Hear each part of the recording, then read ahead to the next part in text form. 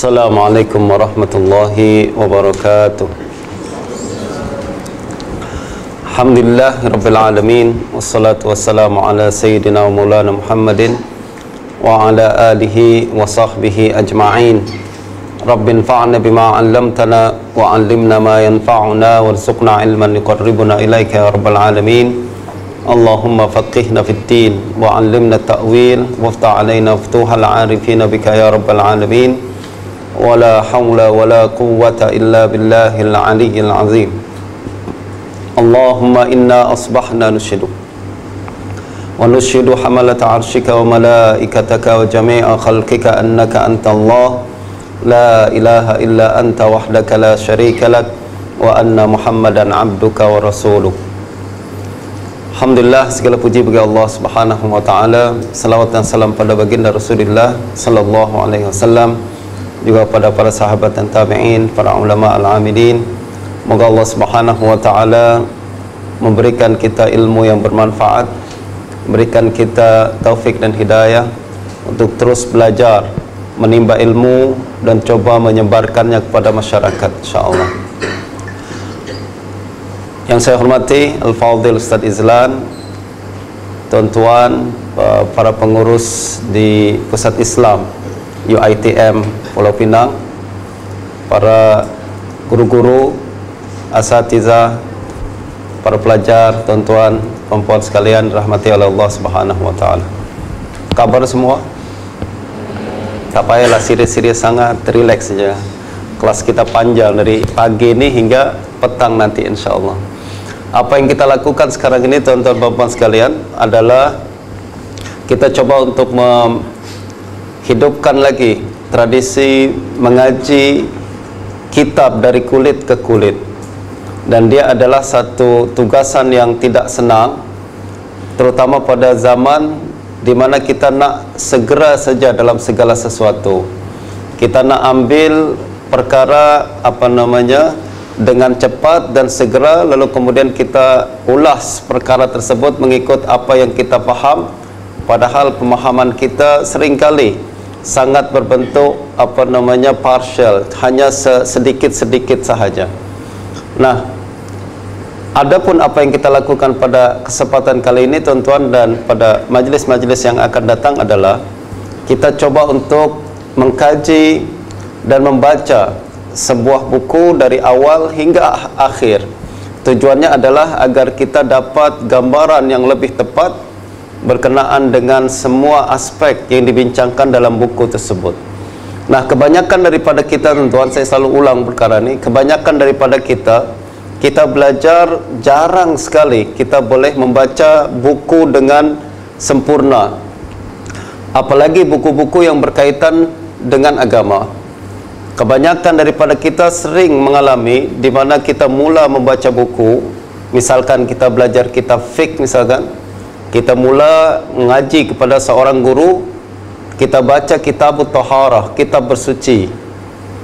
Lalu lepas habis kita bincang bersuci wudu, kemudian mandi, tayamum, lalu bahasan basuh di atas khuf dan lain sebagainya, baru habis bahasan taharah, sama ada gurunya meninggal dunia atau dia pindah ke tempat lain. Akhirnya kita belajar cari guru yang baru. Guru yang baru nanti ajar kita dari awal lagi. Nanti sampai taharah habis, dia meninggal lagi. Akhirnya kita tak pernah habis belajar ilmu agama dengan sempurna. Justru pada hari ini kita nak luangkan satu masa kita, satu hari saja kita coba untuk menghabiskan satu buku. Kita nak membahas dari awal hingga akhir semua perbahasan yang terdapat dalam buku tersebut, tentu saja dengan penjelasan yang ringkas karena kesuntukan masa kita. Nah, pada hari ini sebenarnya di tempat ini kita akan membaca dua buku, sebenarnya dua kitab.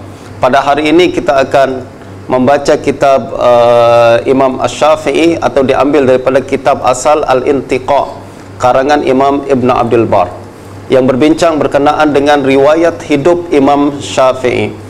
Esok insyaAllah kita akan membaca kitab 40 hadis fardu ain. Sebenarnya pada hari ini nih kita nak membaca satu kitab sendiri, kitab yang lain sebenarnya, yaitu kitab 40 hadis qudsi karangan Imam Mulla Ali Al-Qari. Cuma masalahnya adalah kitab ni sudah habis dah. Saya sudah mengajar kitab ni di pelbagai negeri. Lalu kebetulan terakhir di Terengganu, kitab tersebut sudah habis, tak ada satu lagi, satu pun naskah buku tu. Justru saya sangat-sangat minta maaf pada pihak sahabat-sahabat yang ada di Pulau Pinang ni. Kita terpaksa ambil kitab yang lain untuk kita baca pada hari ini. Namun begitu, insya-Allah kita akan perolehi ilmu yang bermanfaat. Kita akan membincangkan pada hari ini berkenaan dengan seorang ulama yang sangat hebat, yaitu Imam Muhammad bin Idris Asy-Syafi'i. Sebelum kita baca, tuan-tuan dan puan sekalian, kita nak berbincang terlebih dahulu mengapa kita perlu mengenal Imam Asy-Syafi'i. Nah, beliau adalah seorang ulama yang sangat hebat, dan mengenal riwayat hidup seorang ulama, dia bukan setakat kita nak dapatkan cerita-cerita sebenarnya. Mengetahui riwayat hidup seorang ulama akan memperlihatkan kepada kita Islam dengan keseluruhannya. Sebab Islam, tuan-tuan, bukan teori-teori, bukan perbincangan-perbincangan tentang akhlak, tentang hukum, tentang akidah, akan tapi Islam sebenarnya adalah apa yang kita lakukan dan dilaksanakan oleh seorang tokoh di dalam kehidupan dia. Imam Asy-Syafi'i adalah orang yang paling mengerti agama Islam. Justru mengetahui hidup beliau dan juga apa yang beliau lakukan, apa yang beliau ucapkan, seolah-olah kita mengetahui Islam secara praktikal dalam kehidupan sehari-hari kita. Nah, dalam buku ini kita akan melihat macam mana Imam Syafi'i menghadapi zaman dia, lalu macam mana Imam Syafi'i berperilaku. Mudah-mudahan kita pada satu hari nanti boleh mengamalkan dan memperlihatkan Islam dengan perilaku kita sehari-hari mengikut konteks dan cabaran hidup kita yang khas pada hari ini. Tuan-tuan dan puan sekalian, buku ini ditulis oleh Imam Ibn Abdul Bar. Siapa Imam Ibn Abdul Bar? Sebenarnya kitab ini diambil daripada Al-Intiqa, Al-Intiqa fi Tarajum A'immatis Salasah. Sebenarnya kitab Intiqa mengandungi perbincangan berkenaan dengan 3 tokoh ulama besar. Yang pertama Imam Malik bin Anas, yang kedua Imam Abu Hanifah, dan yang ketiga Imam Syafi'i. Akan tapi saya hanya mengambil dan menerjemahkan bagian daripada Imam Syafi'i saja. Jadi saya ambil bagian tentang Imam Syafi'i lalu saya terjemahkan dalam buku ini. Pada masa yang akan datang, insya-Allah kita akan berbincang berkenaan dengan imam yang lain. Kita bukan setakat nak kenal Imam Syafi'i saja, akan tapi kita nak, kalau boleh, kenal ulama-ulama yang lain, terutama 4 ulama mazhab yang paling hebat, yaitu Imam Abu Hanifah, Malik, Syafi'i dan Ahmad. Sekarang kita belajar Imam Syafi'i. InsyaAllah pada masa yang akan datang kita akan berbincang berkenaan dengan Imam Abu Hanifah, lalu kita bincang tentang Imam Malik, lalu Imam Ahmad bin Hanbal. Penting, tuan-tuan, untuk kenal dan mengetahui riwayat hidup para ulama ni. Kalau ada masa nanti, tuan-tuan boleh pergi cari di sumber-sumber buku ataupun bahan bacaan yang lain untuk mengetahui riwayat hidup para ulama. Kita akan dapatkan ilmu yang sangat banyak daripada mengenal riwayat hidup mereka. Nah, siapa Imam Ibn Abdul Bar? Buka muka surat 9, tuan-tuan. Muka surat 9 dan 10 berbincang tentang Imam Ibn Abdul Bar. Beliau adalah Yusuf bin Abdullah bin Muhammad Ibn Abdul Bar Ibn Asim Al-Namiri Al-Qurtubi. Qurtubi adalah bahasa Arab yang sekarang kita kenal sebagai Cordoba. Cordoba adalah di Andalusia. Jadi kalau dulu Andalusia atau Cordoba adalah negeri Islam, dikuasai oleh umat Islam selama 500 tahun. Dan di situ ramai para ulama, pakar tafsir, pakar hadis dan pakar fiqh, bahkan juga pakar bahasa Arab yang sangat hebat. Dan di Cordoba juga ada satu universiti yang dulu orang-orang barat datang dan belajar daripada umat Islam. Mereka belajar bahasa Arab, mereka belajar hukum hakam Islam, lalu kemudian dibawa ke Europe dan kemudian membuat mencetuskan kebangkitan ilmu di barat karena umat Islam nih. Di Cordoba juga ada tokoh falsafah besar macam Ibn Rushd dan pakar tafsir macam Imam Qurtubi, kan ada kitab Imam Qurtubi, dan pelbagai ilmu-ilmu ulama-ulama lainnya. Salah seorangnya adalah Imam Ibn Abdul Bar. Secara ringkas tuan-tuan, beliau adalah seorang ulama fiqh mazhab Maliki, pakar dalam mazhab Maliki, akan tapi juga sangat cenderung kepada mazhab Syafi'i. Dan beliau juga hebat dalam hadis, bahkan berdarjat Al-Hafiz. Beliau bergelar Hafizul Maghrib, yaitu tokoh hafiz yang ada di Maghrib. Hafiz pada zaman dahulu, Al-Hafiz, bukan Al-Hafiz pada zaman sekarang. Al-Hafiz zaman sekarang maknanya dia hafal Al-Quran sahaja, kan. Akan tapi kalau Al-Hafiz zaman dahulu disebut Fulan Al-Hafiz. Ibn Abdul Bar Al-Hafiz maknanya adalah dia menguasai ribuan hadis-hadis Nabi SAW, dan pakar juga dalam menilai sahih ataupun dhaif, pakar juga dalam menilai perawi dan mengetahui ilmu-ilmu yang berkaitan dengan ilmu hadis. Itu disebutnya Al-Hafiz. Dia kalau cuma baca 40 hadis saja masih belum dikira hafiz lagi, teman-teman. Mesti hafal ribuan hadis, bahkan ratusan ribu hadis daripada Nabi SAW. That's why disebut Al-Hafiz. Nah, Imam Al-Qurtubi, Imam Ibn Abdul Bar Al-Qurtubi hidup sezaman dengan juga seorang hafiz yang ada di dunia timur, dunia Islam timur, bagian timur, yaitu Imam Al-Khatib Al-Baghdadi. Khatib Al-Baghdadi hafiz di timur, yaitu di Baghdad. Sebab dunia Islam dibagi dua, tuan-tuan. Di timur maksudnya di bagian dunia Arab, dan juga dunia Islam bagian barat, yaitu di Europe. Andalusia kan di Eropa. Justru satu pakar hadis di timur sama zaman dengan satu pakar hadis di barat. Kalau di barat Ibn Abdul Bar, di timur adalah Khatib Al-Baghdadi. Kedua-duanya meninggal pada tahun yang sama, yaitu pada tahun 463 Hijrah. Dua-dua imam yang sangat hebat ini. Dan kehebatan ilmu Ibn Abdul Bar, tuan-tuan boleh baca pada muka surat 9 dan 10 ni, kalau ada kesempatan untuk mengetahui kehebatan ulama yang sangat tinggi ilmunya ini. Nah, kemudian tuan-tuan kita berpindah ke muka surat 13. Muka surat 13, kita akan mulakan perbincangan berkenaan dengan Imam Asy-Syafi'i, bermula dengan nasab, negeri dan kelahiran Imam Asy-Syafi'i.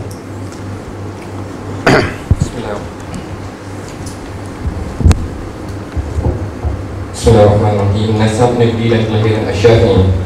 Aku tidak melihat khilaf dalam kalangan ulama sejarah, ulama hadis, ulama nasab dan ulama fiqh bahawa Al-Faqih Asy-Syafi'i ialah Muhammad bin Idris bin Al-Abbas bin Utsman bin Syafiq bin Sa'id bin Ubaid bin Abdul Yazid bin Hashim bin Abdul Muttalib bin Al-Muttalib bin Abdul Manaf bin Qusay bin Kilab bin Murrah bin Ka'ab bin Lu'ay bin Ghalib bin Fikr bin Malik bin Nadr bin Kinanah. Nasab beliau berjumpa dengan Nabi SAW pada Abdul Manaf bin Qusay. Demikian kerana baginda ialah Muhammad bin Abdullah bin Abdul Muttalib bin Hashim bin Abdul Manaf. Asy-Syafi'i ialah Muhammad bin Idris bin Al-Abbas bin Utsman bin Syafiq. Kepada Syafiq beliau menisbahkan dirinya. Telah disebutkan bahawa beliau ialah Syafiq bin Sa'id bin Ubaid bin Abdul Yazid bin Hashim bin Al-Muttalib bin Abdul Manaf bin Qusay. Justru baginda Nabi adalah Hashimi, keturunan Hashim, dan Asy-Syafi'i adalah Muttalibi, keturunan Muttalib. Hashim dan Muttalib kedua-duanya adalah anak Abdul Manaf. Abdul Manaf memiliki 4 orang anak: Hashim, Al-Muttalib, Naufal dan Abu Syams. Dia adalah berkenaan dengan nasab Imam Asy-Syafi'i. Nasab tahu tuan-tuan ya? Nasab adalah keturunan salur garut, moyang yang orang Arab dulu sangat pakar dan pentingkan permasalahan ni. Mereka akan sebutkan nama-nama mereka, nama dia hingga ayahnya, kemudian datuknya terus ke atas, untuk mengetahui hubungan kerabat dan kekeluargaan kita satu sama lain, walaupun saudara jauh, kan tuan-tuan. Nah, ini hanya berlaku pada orang Arab saja. Kita orang Melayu, tuan-tuan, saya cabarlah, boleh tak sebut datuk kita lebih daripada 5 orang? Ada yang boleh ingat tak? Tak ada yang ingat?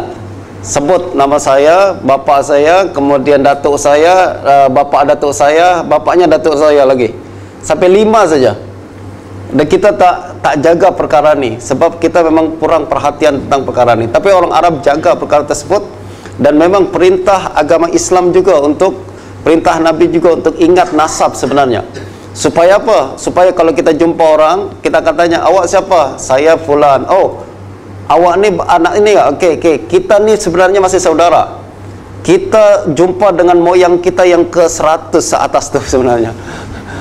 Nah, kita udah tak ingat perkara tu. Tapi orang Arab penting, ada orang yang pakar dalam nasab ni. Sampai sekarang mereka kekalkan nasab tersebut, dan ilmu berkenaan dengan nasab adalah salah satu ilmu yang khas dimiliki oleh orang Islam. Justru para ulama mengatakan ada 3 ilmu yang hanya dimiliki oleh orang Islam saja. Pertama, ilmu nasab yang macam ni. Yang kedua, ilmu i'rab. I'rab tuan-tuan, yang dalam bahasa Arab ini fa'il, ini maf'ul, itu tak ada lagi di tempat lain. Hanya orang Arab, orang Islam saja yang tahu ini marfu', ini mansub dan lain sebagainya kan. Kalau tuan-tuan belajar bahasa Arab tahu kenapa majrur bismillah, kenapa majrur, dan kenapa ini rafa' dan lain sebagainya. Dan juga ilmu yang satu lagi adalah ilmu sanad. Sanad hanya dimiliki oleh umat Islam saja. Kita saja yang punya riwayat. Awak dengar riwayat daripada siapa? Dari guru saya terus sampai ke atas. Cuma kita saja yang punya, orang Islam saja. Justru tiga ilmu ni kena dijaga dengan baik, dan dia adalah identiti kita. Sampai sekarang orang Arab, orang Barat tak tahu, tak punya ilmu berkenaan dengan riwayat. Bahkan mereka meriwayatkan kitab suci mereka pun tak pakai sanad. Kita umat Islam sampai sekarang kalau ditanya, awak dengar Al-Quran dari siapa? Saya dengar daripada guru saya. Gurunya belajar daripada gurunya sampai kepada baginda Nabi sallallahu alaihi wasallam. Nah, bahkan dalam pembacaan kitab ini pun nanti tuan-tuan boleh nampak di muka surat berapa? Muka surat 76 77. Bahkan meriwayatkan apa-apa benda dalam agama Islam mesti ada sanad sebenarnya. Awak dengar dari siapa, belajar daripada siapa, walaupun dengan ijazah. Sebab ini mengekalkan tradisi umat Islam, yaitu mengekalkan ilmu sanad. Misal berkenaan dengan buku ni, saya sebutkan di belakang ni, saya meriwayatkan kitab Intiqal ni daripada Syekh terus 1, 2, 3 sampai ke akhir, betul tak? Nah, ini adalah tradisi umat Islam yang masih dikekalkan oleh ahli hadis hingga hari ini. Sebab dia khas untuk umat Islam sahaja. Termasuk juga ilmu nasab ni tuan-tuan. Dan tadi dikatakan oleh Ibn Abdul Bar, Imam Syafi'i berjumpa nasabnya dengan baginda Nabi sallallahu alaihi wasallam. Pada siapa? Pada Abdul Manaf Ibnu Qusay. Abdul Manaf Ibnu Qusay. Ini menunjukkan Imam Syafi'i berketurunan Arab pertama. Kenapa saya sebut Arab? Sebab ramai ulama Islam bukan orang Arab. Macam Imam Bukhari bukan orang Arab, Imam Abu Hanifah bukan orang Arab. Ramai di kalangan mereka bukan orang Arab. Imam Tirmizi bukan orang Arab, ya kan? Tapi Imam Syafi'i dia asli Arab. Bahkan bukan Arab saja, dia pun adalah orang Quraisy. Jarang ulama yang berasal daripada Quraisy. Quraisy kenapa? Dia berjumpa dengan Nabi sallallahu alaihi wasallam dalam keturunannya. Jadi sama-sama keturunan Abdul Manaf Ibnu Qusay. Abdul Manaf Ibnu Qusay. Okey.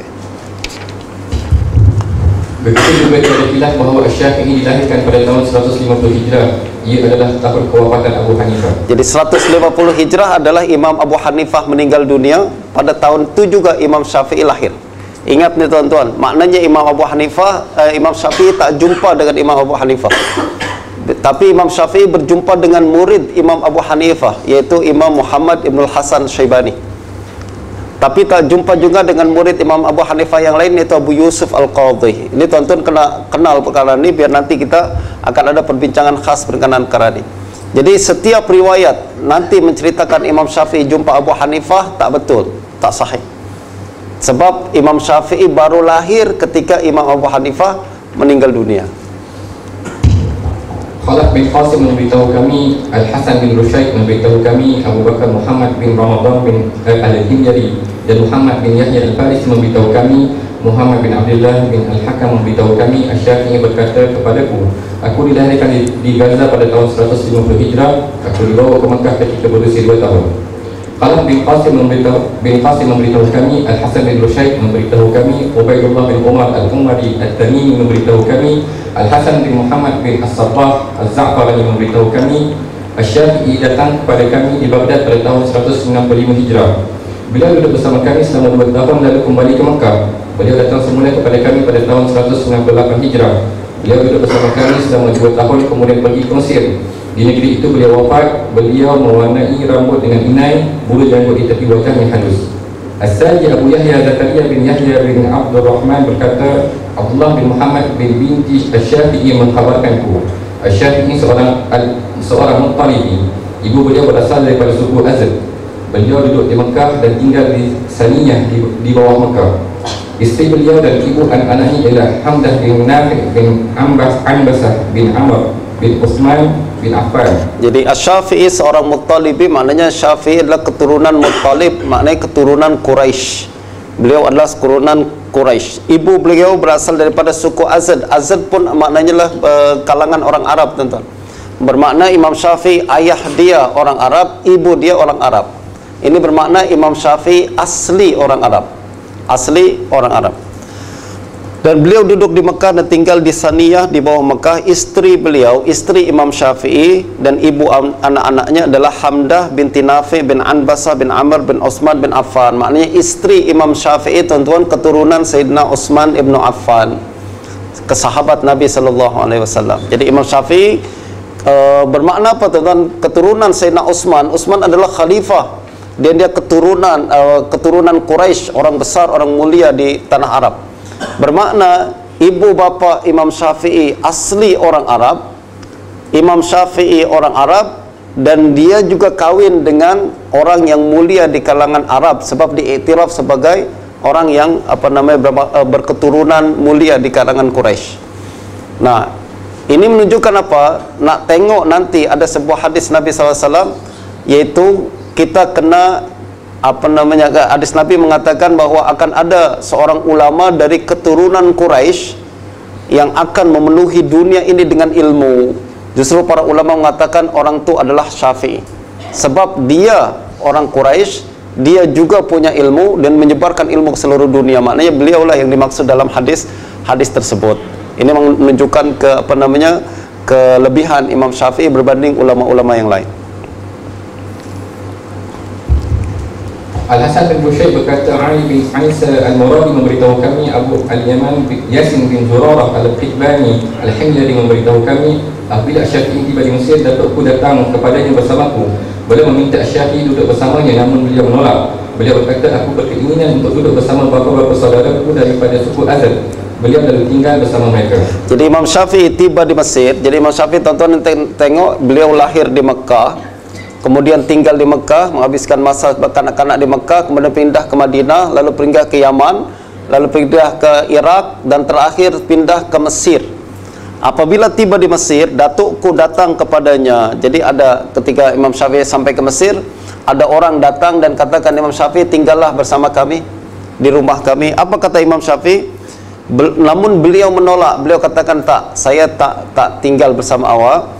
Beliau mengatakan, aku berkeinginan untuk duduk bersama bapa-bapa saudaraku daripada suku Azd. Kata Imam Syafi'i, saya datang ke Mesir ini, saya nak tinggal dengan keluarga ibu saya. Tadi ibu dia dari Azd kan? Saya akan tinggal bersama mereka, saya tinggal tidak bersama awak. Kenapa Imam Syafi'i cakap macam tu? Ini ikut sunnah, tuan-tuan. Apabila Nabi SAW tiba di Madinah, hijrah dari Mekah ke Madinah, orang ramai tawarkan kan kepada Nabi, Rasulullah duduklah bersama kami, duduk bersama kami. Apa kata Nabi? Tak, saya duduk bersama keturunan dengan keluarga ibu saya, Aminah binti Wahab, ya kan? Dia keturunan, ada keturunan ibu baginda Nabi SAW ada di Madinah, suku Najjar nama dia. Justru kata Nabi, saya tinggal bersama mereka. Imam Syafi'i datang ke Mesir pun macam itu juga. Apabila orang tawarkan duduk sama dia, beliau katakan, tak, saya tinggal bersama keluarga ibu saya. Menunjukkan Imam Syafi'i mengamalkan sunnah sampai sekecil-kecilnya, tuan-tuan kan? Nabi buat macam tu, saya pun buat macam tu. Ini sunnah Nabi SAW. Menuntut ilmu. Ahmad bin Abdullah bin Muhammad bin Ali mengkhabarkan kami, ayahku memberitahuku, Aslam bin Abdul Aziz memberitahu kami, Al-Munzani dan Muhammad bin Abdullah bin Abdul Hakam memberitahu kami, Asy-Syafi'i datang kepada Malik dan berkata, aku ingin mendengar muwatta daripadamu. Malik berkata, datangilah Habib penulisku sebab ia membacakannya untukku.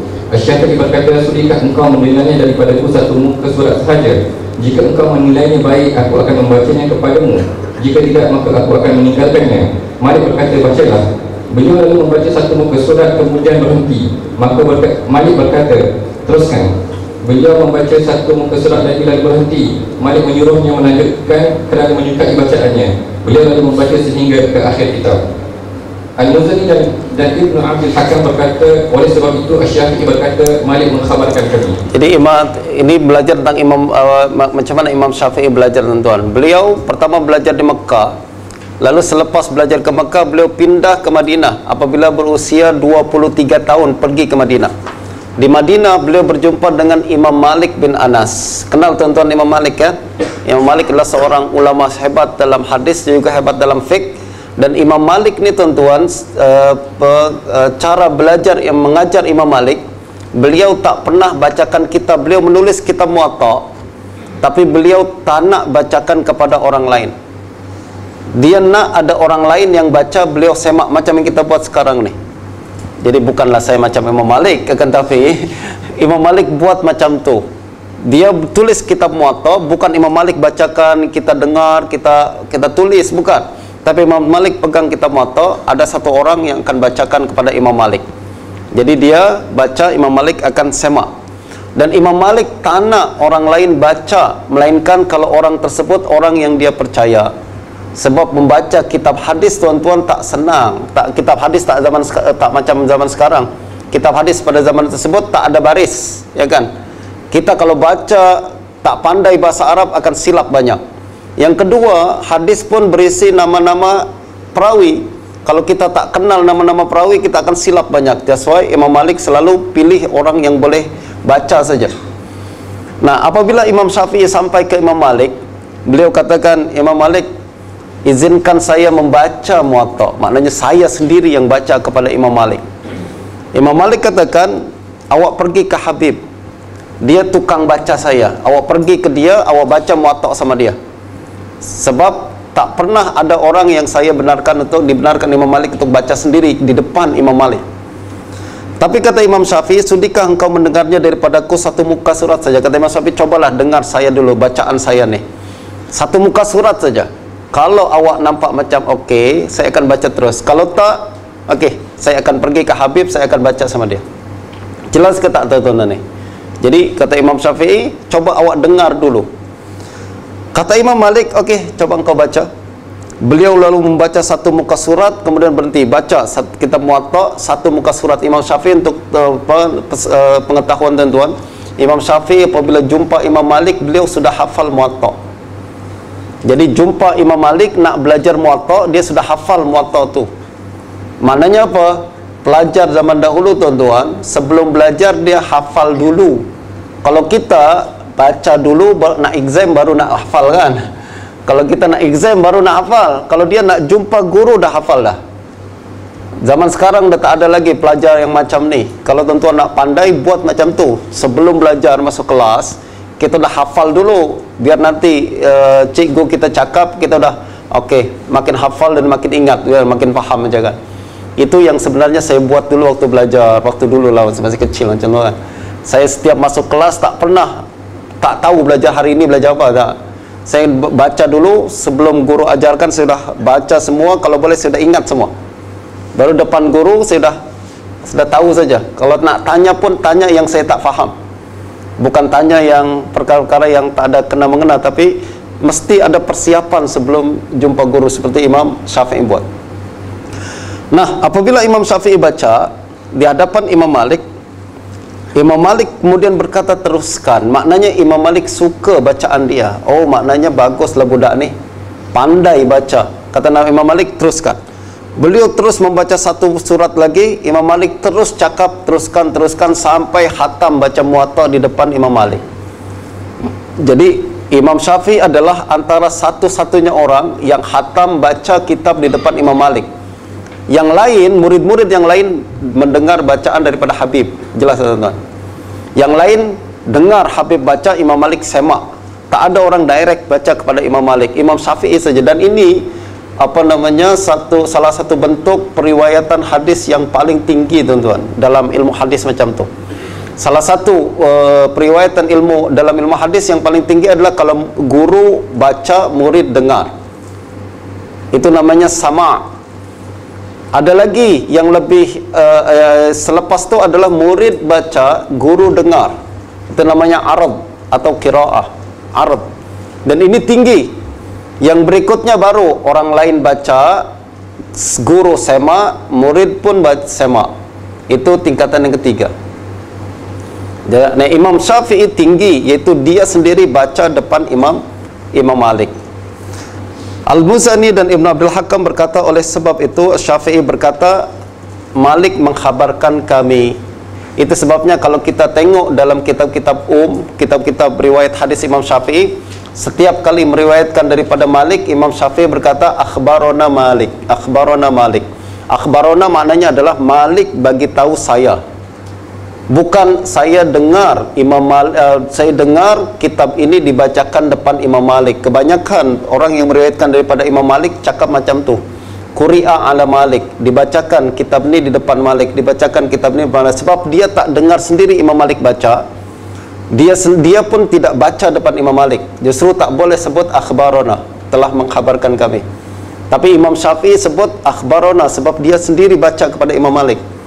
Ini menunjukkan riwayat Imam Malik, riwayat Imam Syafi'i daripada Malik adalah dalam tingkatan yang tinggi dalam ilmu hadis. Khalaf bin Qasim memberitahu kami, Al-Hasan bin Rushayd memberitahu kami, Muhammad bin Yahya bin Adam memberitahu kami, Ar-Rabi' bin Sulaiman Al-Mu'azzin memberitahu kami, aku mendengar Syafi'i berkata, aku datang kepada Malik selepas menghafal Muwatta. Beliau berkata, carilah seseorang yang membacakannya untukmu. Aku berkata, cubalah Tuan mendengarnya daripadaku terlebih dahulu. Jika Tuan menyukainya, saya akan lanjutkan. Jika tidak, maka saya akan meminta orang lain untuk membacakannya. Malik berkata, bacalah. Apabila aku membaca, beliau menyukainya dan berkata, teruskanlah membaca. Aku lalu membaca Al-Muwatta sejak awal sehingga akhir.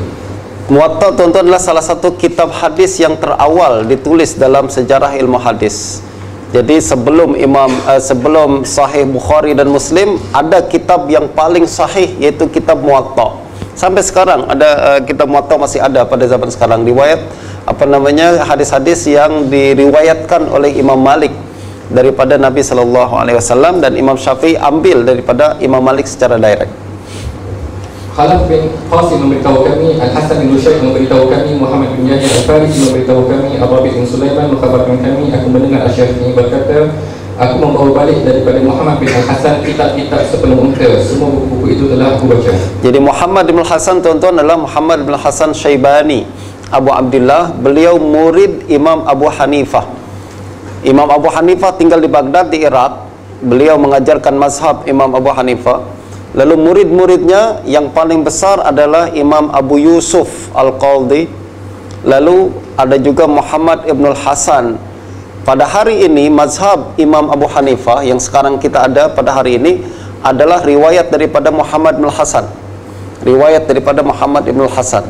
Jadi kata Imam Syafi'i, saya jumpa dengan Muhammad Ibn Al-Hasan. Jadi selain jumpa dengan Imam Malik di Madinah, beliau juga jumpa dengan Muhammad Ibn Al-Hasan. Maknanya apa tuan-tuan? Dia belajar mazhab Maliki, dia belajar juga mazhab Hanafi, betul tak? Dan direct daripada murid Imam Abu Hanifah Muhammad bin Hasan. Kata Imam Syafi'i, saya bawa balik buku-buku Muhammad Ibn Hasan sepenuh unta. Zaman dahulu kitab dipakai unta. Hari ini satu lori istilah kita lah. Saya bawa buku-buku dia satu lori, saya bawa balik dari Baghdad ke Mekah untuk saya pelajari. Dan bawa kitab tu pun, kata Imam Syafi'i, semua saya baca. Kita banyak buku mungkin di rumah, khatam tak baca. Ini pun tak khatam Ustaz. Nak khatam 40 hadis pun la ilaha illallah susahnya. Imam Syafi'i cakap, saya bawa balik satu lori kitab maktabah, perpustakaan tu semua dari Baghdad saya bawa balik ke Mekah. Dia cakap semua saya dah baca.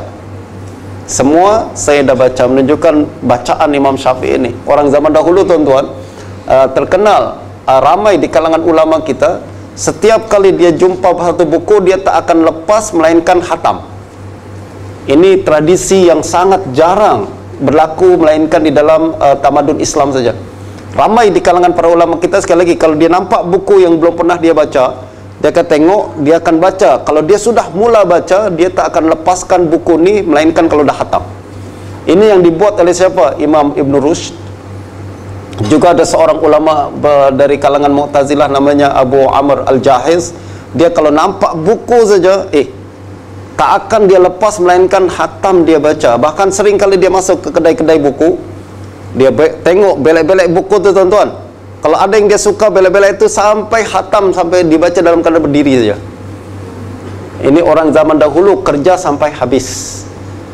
Ini sunnah Nabi juga sebenarnya. Nabi tak pernah buat kerja tak habis. Setiap mulakan kerja, dia mesti habis. Apa saja urusan, makan macam tu kan, mesti habis. Lalu baca buku mesti habis. Buat kerja apa saja ini mesti jadi habit kita. Buat sesuatu kena habis. Jangan setengah jalan berhenti. Tapi apa yang berlaku sekarang, kita ni susah nak habis. Semua kerja kita tak siap, betul tak? Semua kerja kita tak siap, nanti jadi habit kita. Semua kerja tak habis. Justru biasakan sekarang, kalau nak baca buku kena khatam, buku kena habis. Buat kerja yang lain kena habis, baru kita berpindah ke kerjaan yang lain. Beliau telah berkata, aku tidak melihat seseorang ditanya satu persoalan yang mengandungi perbincangan melainkan terlihat kebencian dalam wajahnya melainkan Muhammad bin Al-Hasan. Maksudnya Muhammad bin Al-Hasan ni tuan-tuan, dia adalah seorang ustaz yang kalau kita debat sama dia, dia suka. Kebanyakan ustaz-ustaz yang lain kalau kita tanya apa dalil, mengamuk dia. Awak cakap macam ni, apa dalil dia? Jangan tanya ni, awak tak pandai, itu semua dia marah. Tapi Muhammad Hasan tak.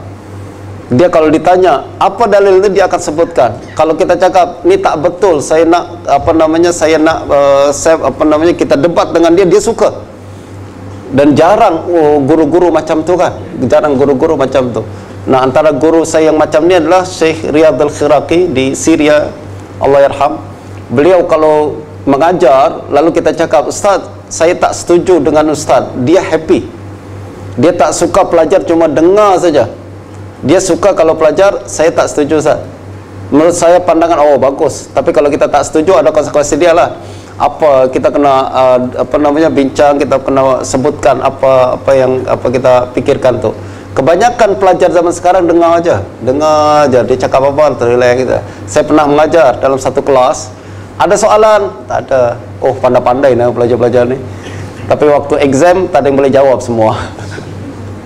Nah, zaman kita kena budayakan atau maknanya perbincangan tersebut. Tapi hari ini kita nak khatam, tak ada masa tuan-tuan untuk kita sembang banyak, nanti di luar kita boleh sembang lebih banyak insya-Allah.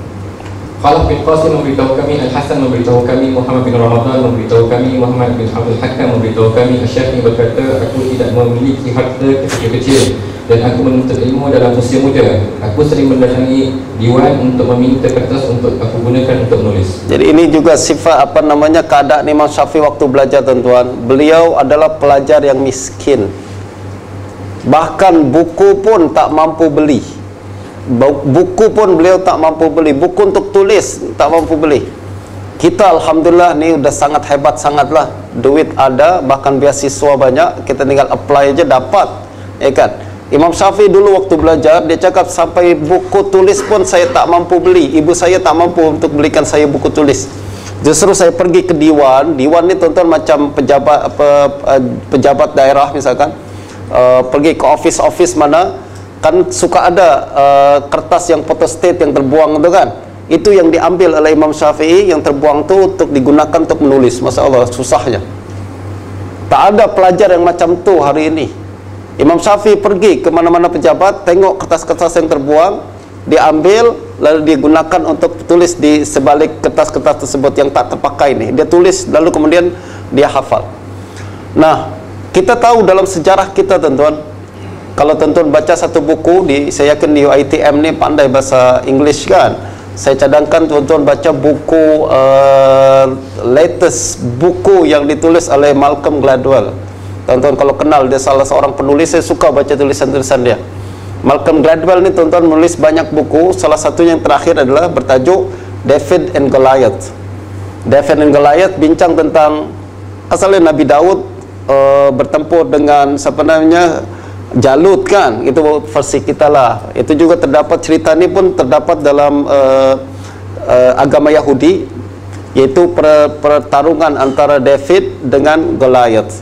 Intinya adalah buku ini berbincang dalam dunia sekarang ni, terkadang kekurangan adalah rahasia kejayaan. Dia katakan kadang pelajar-pelajar yang miskin, peluang dia berjaya lebih besar daripada pelajar-pelajar yang banyak duit, yang kaya. Dia kemudian sebutkan ada satu kajian tuan-tuan yang ditulis oleh orang pakar biografi. Dia mengkaji tokoh-tokoh yang pernah menjadi Presiden Amerika Serikat dari yang pertama sampai yang last, yaitu Barack Obama. Donald Trump tak termasuk lah, dia belum masuk waktu itu. Jadi dari pertama Presiden Amerika sampai ke Barack Obama, dia cakap kebanyakan tokoh-tokoh yang pernah menjadi Presiden Amerika Serikat ni adalah anak yatim. Orang yang dulu susah, tapi karena kesusahan dia membuat dia berjaya. Lalu kemudian dia simpulkan apa? Dia buat rumusan. Orang yang belajar dalam keadaan susah lebih besar peluang untuk berjaya berbanding orang belajar dalam keadaan senang. Justru ibu bapa yang kaya biasanya susah melahirkan anak yang pandai. Tapi orang-orang yang susah kebanyakan akan menjadi orang-orang yang hebat. Itu syaratnya adalah dia susah tapi dia berusaha. Bukan susah malah dia bercampur dengan orang-orang nakal pula, makinlah susah. Tapi kebanyakan orang susah bermula daripada keluarga, kebanyakan orang berjaya berasal daripada keluarga yang susah, sama ada miskin, anak yatim, ataupun mengalami banyak masalah di rumah dia. Nah, termasuk dalam sejarah Islam tentu, tokoh-tokoh Islam pun ramai berjaya padahal background dia orang susah. Imam Syafi'i susah sangat ketika belajar ni, akhirnya jadi imam. Imam Bukhari pun macam tu, yatim, akhirnya jadi imam. Ramai ulama-ulama kita bermula daripada orang susah. Justru siapa yang punya background susah sebagai pelajar, kita tak usah merasa macam saya ni rendah diri atau apa, tak. Sebaliknya yang susah tu, your chance to be success is wider. Faham tak tuan-tuan cakap orang kampung saya tu?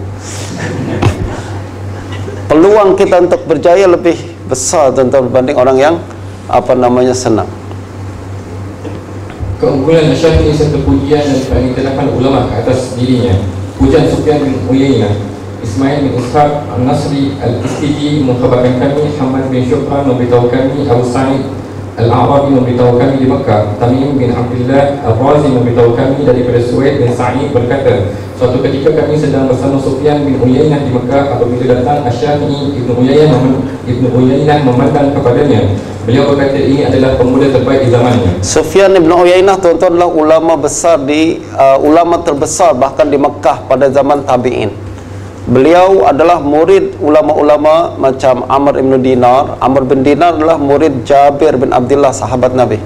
Jadi kalau kita tengok riwayat hadis adalah Syafi'i an Sufyan bin Uyainah an Amr bin Dinar an Jabir. Jadi antara Imam Sufyan bin Uyainah dengan sahabat Nabi hanya satu atau dua orang saja. Satu orang saja dia yang meriwayatkan daripada Nabi SAW. Dia adalah ulama yang paling banyak ilmunya di Mekah. Beliau punya ilmu hadis yang sangat banyak, lalu juga fiqh yang sangat tinggi, bahkan mencapai darjat ijtihad, mujtahid mutlak. Akan tapi sifat Ibnu Uyainah adalah walaupun sampai punya ilmu yang banyak dan cukup ilmu untuk berijtihad, tapi beliau orang yang paling takut berijtihad, orang yang paling takut berfatwa. Beza dengan kita tuan-tuan, kita ilmu sikit tapi berani sangat berfatwa, ya kan? Waktu ada isu isu babi hutan masuk masjid, tengok fatwa ada banyak sangat, hari itu juga hebat. Hari itu berlaku, kita tengok di Facebook ramai orang cakap berkenaan dengan hukum apa yang berkaitan dengan tu. Kalau berotoriti tak apalah, orang ada ilmu dia tak apa, tapi terlalu ramai orang yang merasa diri berotoriti padahal ilmu sikit saja. Ini berbeza dengan Sufyan bin Uyainah. Dia punya ilmu yang sangat banyak, akan tapi paling takut berfatwa, paling takut keluarkan pandangan. Kalau ada orang lain yang berfatwa, mesti ada cukup dah, saya tak perlu lagi berfatwa. Sebab fatwa tak senang tuan-tuan, kita kena tanggung jawab. Bukan hanya tanggung jawab di hadapan manusia, tanggung jawab di hadapan Allah Subhanahu wa taala. Justru imam, para ulama mengatakan ajra'uhum 'ala Allah ajrahum 'alal fatwa. Orang yang paling berani kepada Allah adalah orang yang paling berani berfatwa. Justru kalau boleh kita jangan cepat berbincang tentang hukum hakam, melainkan kita kena pastikan terlebih dahulu. Nah, Sufyan ibn Uyainah walaupun ilmu sangat banyak dan beliau adalah guru Imam Syafi'i, beliau puji Imam Syafi'i. Beliau katakan ini adalah pemuda terbaik di zamannya. Orang yang dipuji guru tuan-tuan adalah orang yang hebat. Kalau dipuji oleh orang awam belum tentu hebat, orang awam tahu apa kan.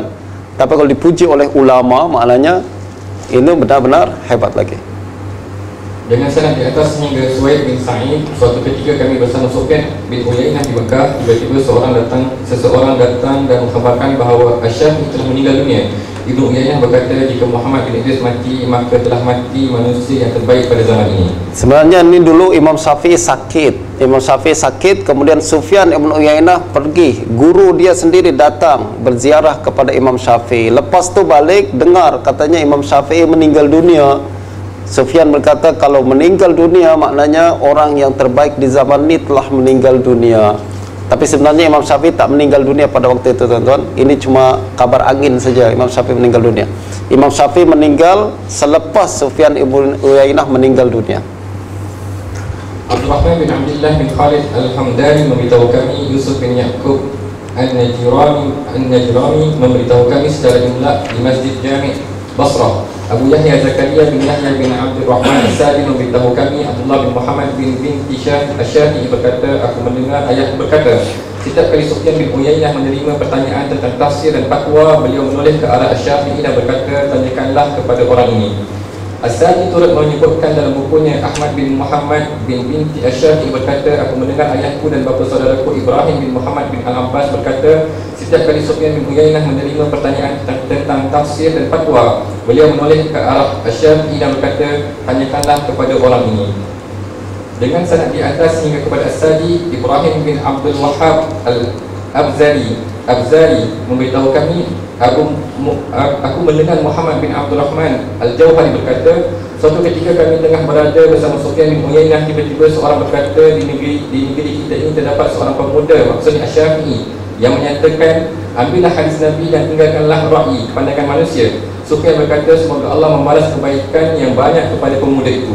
Beliau lalu berkata, Allah berfirman, mereka mengatakan, kami mendengar seorang pemuda yang menyebut buruk tentang berhala-berhala. Nama beliau adalah Ibrahim, Al-Anbiya 60. Allah telah berfirman, sesungguhnya mereka adalah sekumpulan pemuda yang beriman kepada Tuhan dan kami tambahkan petunjuk bagi mereka. Al-Kahfi 17. Jadi Imam Syafi'i pada masa muda beliau pergi, masih kecil, masih belajar, kemudian pergi dari Mekah, beliau belajar dengan Sufyan bin Uyainah, kemudian pindah ke Madinah, belajar ke Imam Malik, kemudian pergi ke Iraq, jumpa dengan ramai ulama, lalu balik lagi ke Mekah. Lalu di Mekah Imam Syafi'i mengajar, Sufyan masih hidup lagi. Dan salah satu pandangan Imam Syafi'i adalah kita kena ambil hadis Nabi, kalau sahih kita kena amalkan.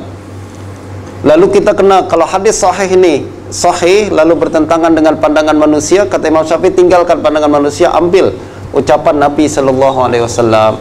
Apabila perkara ini disampaikan kepada Sufyan bin Uyainah, ada orang katakan, ada pemuda tu, maksudnya pemuda itu Imam Syafi'i, dia mengatakan ambil hadis, tinggalkan pandangan manusia kalau bertentangan dengan hadis.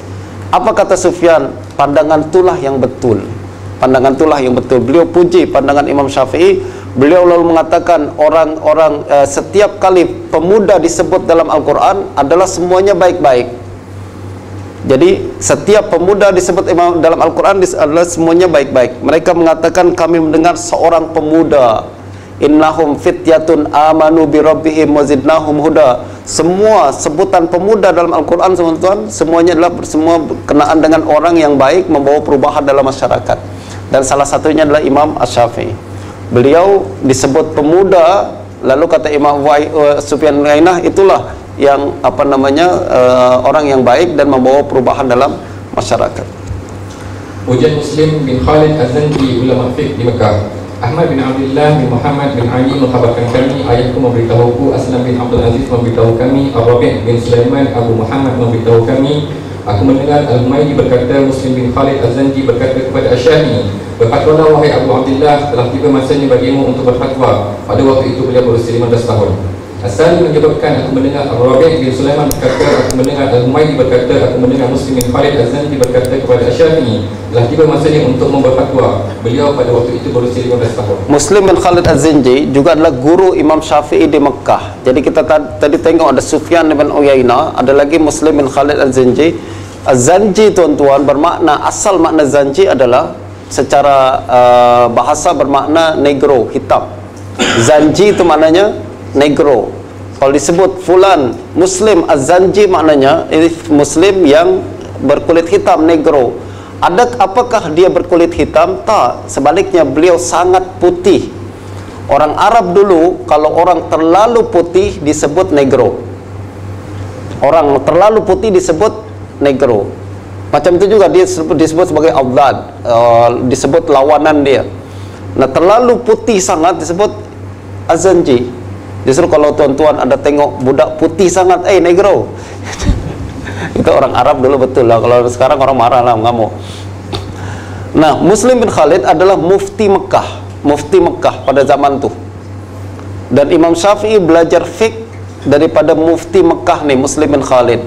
Pada waktu usia 15 tahun, Imam Syafi'i dikatakan, awak sudah layak berfatwa. Masalah 15 tahun dah layak berfatwa. Kita 15 tahun masih kejar belalang, tuan-tuan.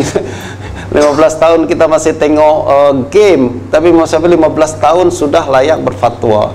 Maknanya genius, sangat genius. Kalau kita tengok dalam sejarah Islam, ramai orang macam ni, usia muda tapi sudah banyak achievement dia dan sangat genius. Antaranya Imam Syafi'i ini 15 tahun dia sudah hafal Quran, hafal pelbagai hadis, bahkan berkelayakan untuk berfatwa. Pujian dan doa Yahya bin Sa'id Al-Qattan, Khalaf bin Qasim memberitahu kami, Al-Hasan bin Rusyaid memberitahu kami, Ubaidullah bin Ibrahim Al-Awmari memberitahu kami, Al-Hasan bin Muhammad Al-Za'farani memberitahu kami.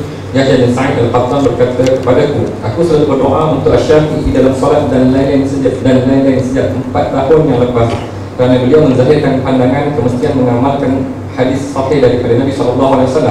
As-Sadi berkata, Daud bin Ali Al-Isbahani memberitahu kami, aku mendengar Al-Harith An-Naqqal berkata, aku mendengar Yahya bin Sa'id Al-Qattan berkata, aku selalu mendoakan Asy-Syafi'i bahkan di dalam salatku.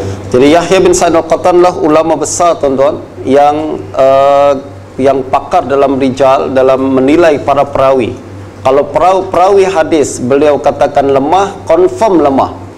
Kalau beliau mengatakan perawi hadis siqah, maka dia siqah. Dan Imam Syafi'i di pandangan Yahya bin Sa'id Al-Qattan bukan hanya siqah saja, bukan hanya terpercaya dalam ilmu, bahkan kata Yahya bin Sa'id Al-Qattan, saya doakan dia setiap dalam solat. Maknanya keilmuan beliau pun diiktiraf oleh ulama. Dan Yahya bin Sa'id Al-Qattan dia seangkatan dengan kira sebagai guru-guru Imam Syafi'i jugalah, walaupun Imam Syafi'i tak jumpa dengan dia. Tapi karena pandangan Imam Syafi'i selari dengan dan dipuji oleh Yahya bin Sa'id Al-Qattan, dia bukan cuma hebat, tapi kata Yahya, dia saya doakan setiap malam, menunjukkan kehebatan ilmu Imam Syafi'i. Pujian Abdul Rahman bin Mahdi. As-Sadi berkata, Muhammad bin Ismail Al-Isbahani memberitahu kami, aku mendengar Musa bin Abdul Rahman bin Mahdi berkata, suatu ketika ayah berbekam di Basrah, beliau lalu solat dan tidak berwuduk semula. Ahli Basrah mencela dan menyalahkan beliau. Perkara ini menyebabkan beliau menulis surat kepada Asy-Syafi'i. Beliau lalu menulis surat balasan kepada ayahku. Aku masih menyimpan surat yang ditulis dengan tulisan tangan beliau tersebut. Abdul Rahman bin Mahdi sama dengan Yahya bin Sa'id Al-Qattan. Beliau adalah pakar dalam hadis dan pakar juga dalam perawi hadis. Siapa yang dinilai siqah oleh Abdul Rahman bin Mahdi, malah dia siqah. Siapa yang dinilai lemah, dhaif, maka dia dhaif oleh Abdul Rahman bin Mahdi. Dan Abdurrahman bin Mahdi, tuan-tuan, dia belajar juga kepada Imam Malik di Mekah, di Madinah. Justru pandangan Abdurrahman bin Mahdi macam pandangan ahli Madinah. Pada waktu itu, tuan-tuan, fiqh terbagi dua saja. Pandangan ahli Hijaz, ahli Madinah, dengan pandangan ahli Iraq. Ahli Iraq adalah mazhab Hanafi, pandangan Madinah adalah mazhab Maliki. Nah, pandangan ahli Madinah, kalau kita berdarah, kita tak batal wudu. Tapi kalau pandangan Imam Abu Hanifah di Iraq, siapa yang keluar darah maka dia batal wudu. Macam kita sekarang ni masih juga mazhab pandangan Hanafi macam tu. Kalau kita keluar darah, misalkan tangan kita berdarah kena luka, wudu kita batal ke tak batal? Pandangan Imam Syafi'i katakan tak batal. Pandangan Imam Malik katakan pun tak batal. Tapi pandangan Hanafi sampai hari ini batal wudu karena keluar darah. Nah, Abdurrahman bin Mahdi karena dia belajar kepada Imam Malik, dia katakan tak batal keluar darah. Masalahnya Abdurrahman bin Mahdi tinggal di Irak, di Basrah. Basrah ni Irak. Jadi kebanyakan orang Basrah adalah mazhab Hanafi. Nah, satu hari ayahku berbekam di Basrah. Maknanya bekam, tuan-tuan, kan keluarkan darah kan di kepala kan.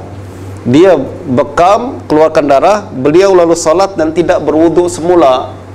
Sebab batal ke tak batal? Kata dia tak batal lah. Sebab mazhab Imam Malik, mazhab Imam Syafi'i juga, betul tak? Ahli Basrah mencela dan menyalahkan beliau sebab ahli Basrah ahli Iraq. Semua yang ada di Basrah bermazhab Hanafi. Justru dia katakan, awak solat berbekam, awak tadi bekam, terus solat tak wudu semula, batal solat awak ni. Mereka kemudian salahkan Abdurrahman bin Mahdi. Perkara ini menyebabkan beliau menulis surat kepada Syafi'i. Beliau tengok, Syafi'i ada di Baghdad, saya nak tulis surat kepada dia, tolong jelaskan dalil-dalil yang menunjukkan bahawa tidak batal berwudu karena karena keluar darah. Dan Imam Syafi'i tulis surat balasan tersebut, dan tulis surat tersebut masih disimpan oleh Abdurrahman bin Mahdi. Menunjukkan apa, tuan-tuan? Imam sebesar Abdurrahman bin Mahdi mengiktiraf juga keilmuan Imam Syafi'i. Imam besar ni, Imam Mahdi ni bukan kecil-kecil. Siapa belajar hadis dia tahu Imam Abdurrahman bin Mahdi sangat hebat. Kalau dia sendiri minta surat daripada Imam Syafi'i, bertanya soalan kepada Imam Syafi'i, maknanya ini ulama besar. Padahal waktu itu Imam Syafi'i masih kecil lagi, tuan, masih lagi muda daripada Abdurrahman bin Mahdi.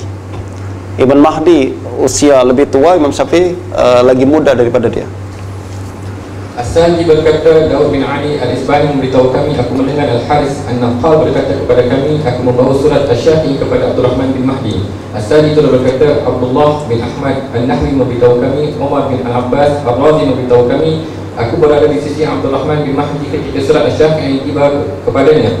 Apabila membacanya, beliau berkata, ini ucapan seorang pemuda yang bijak.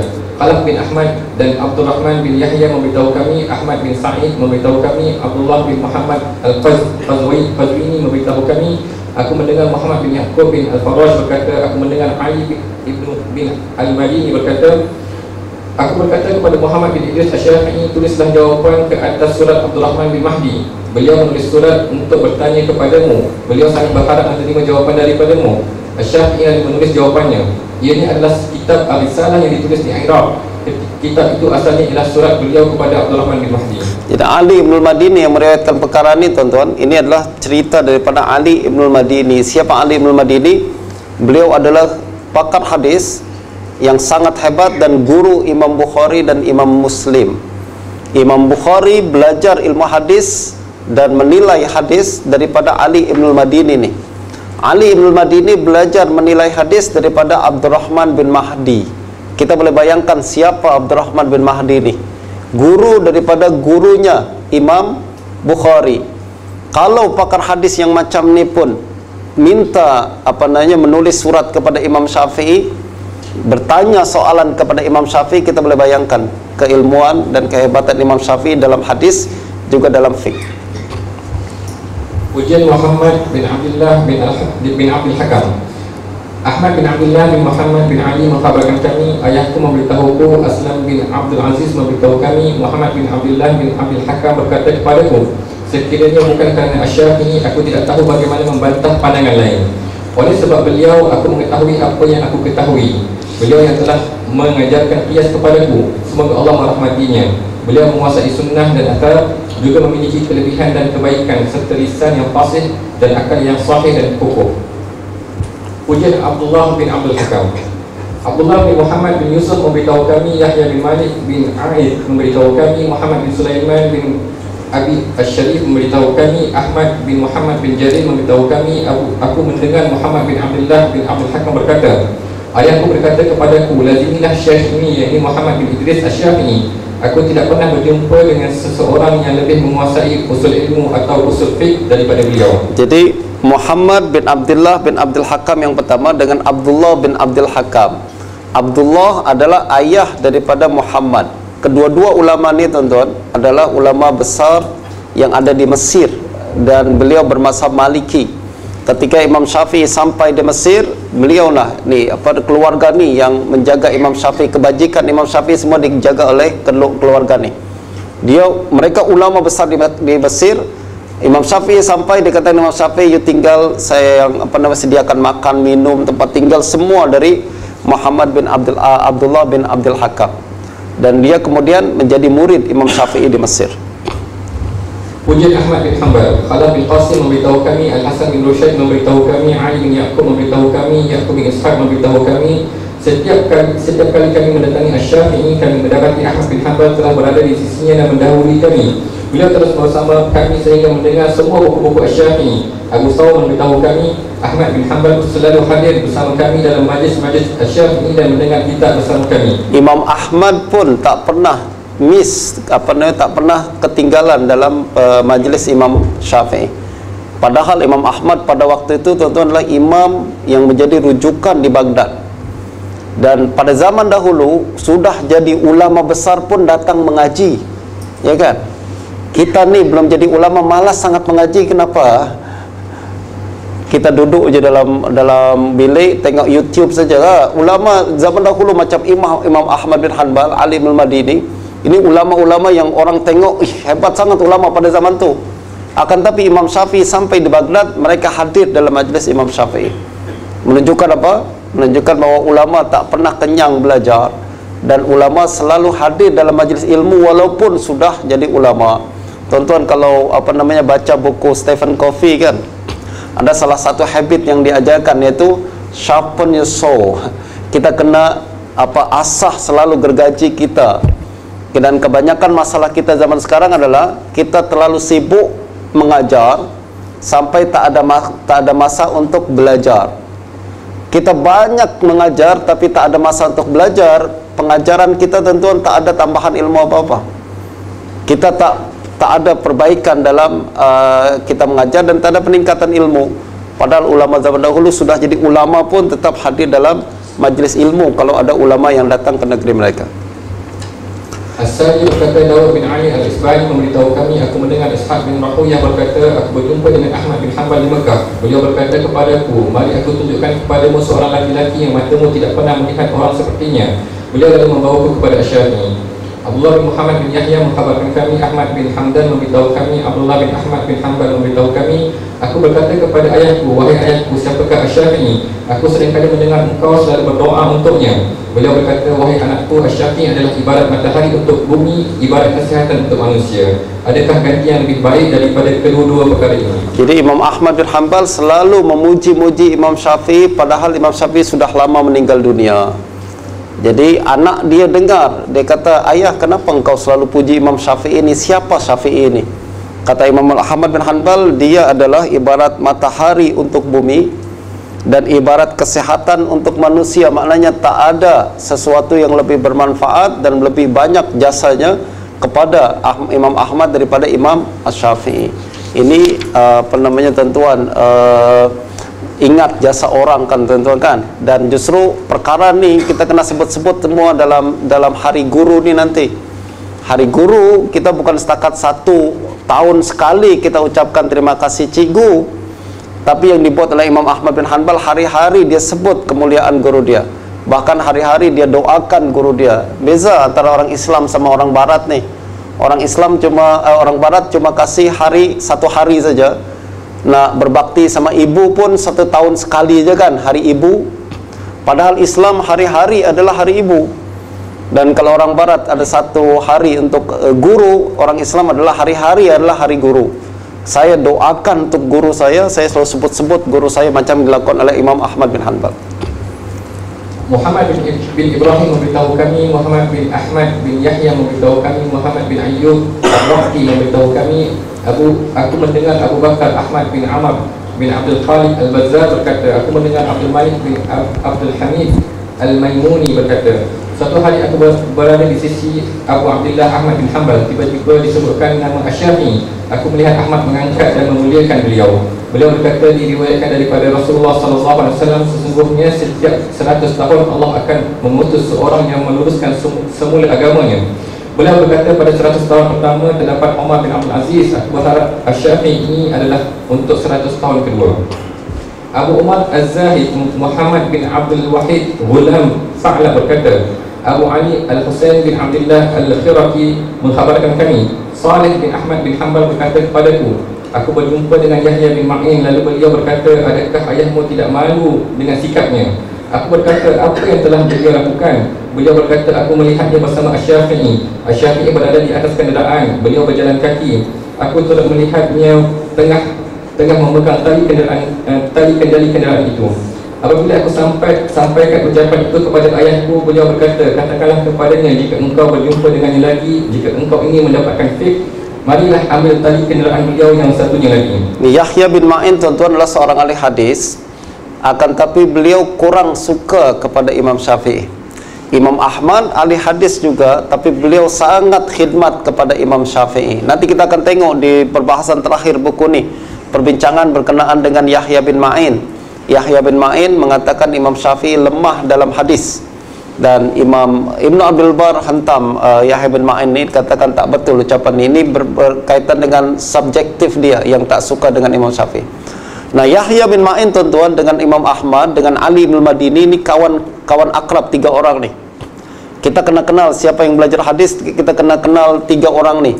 Ahmad bin Hanbal, lalu Yahya bin Ma'in dan Ali bin Madini, 3 orang yang selalu pergi kemana-mana. Dan satu lagi sebenarnya ada lagi Ishaq bin Rahuya. 3-4 orang ni adalah guru Imam Bukhari dan juga guru Imam Muslim dan guru 6 kutub sitah ni, semua belajar daripada 4 orang ni.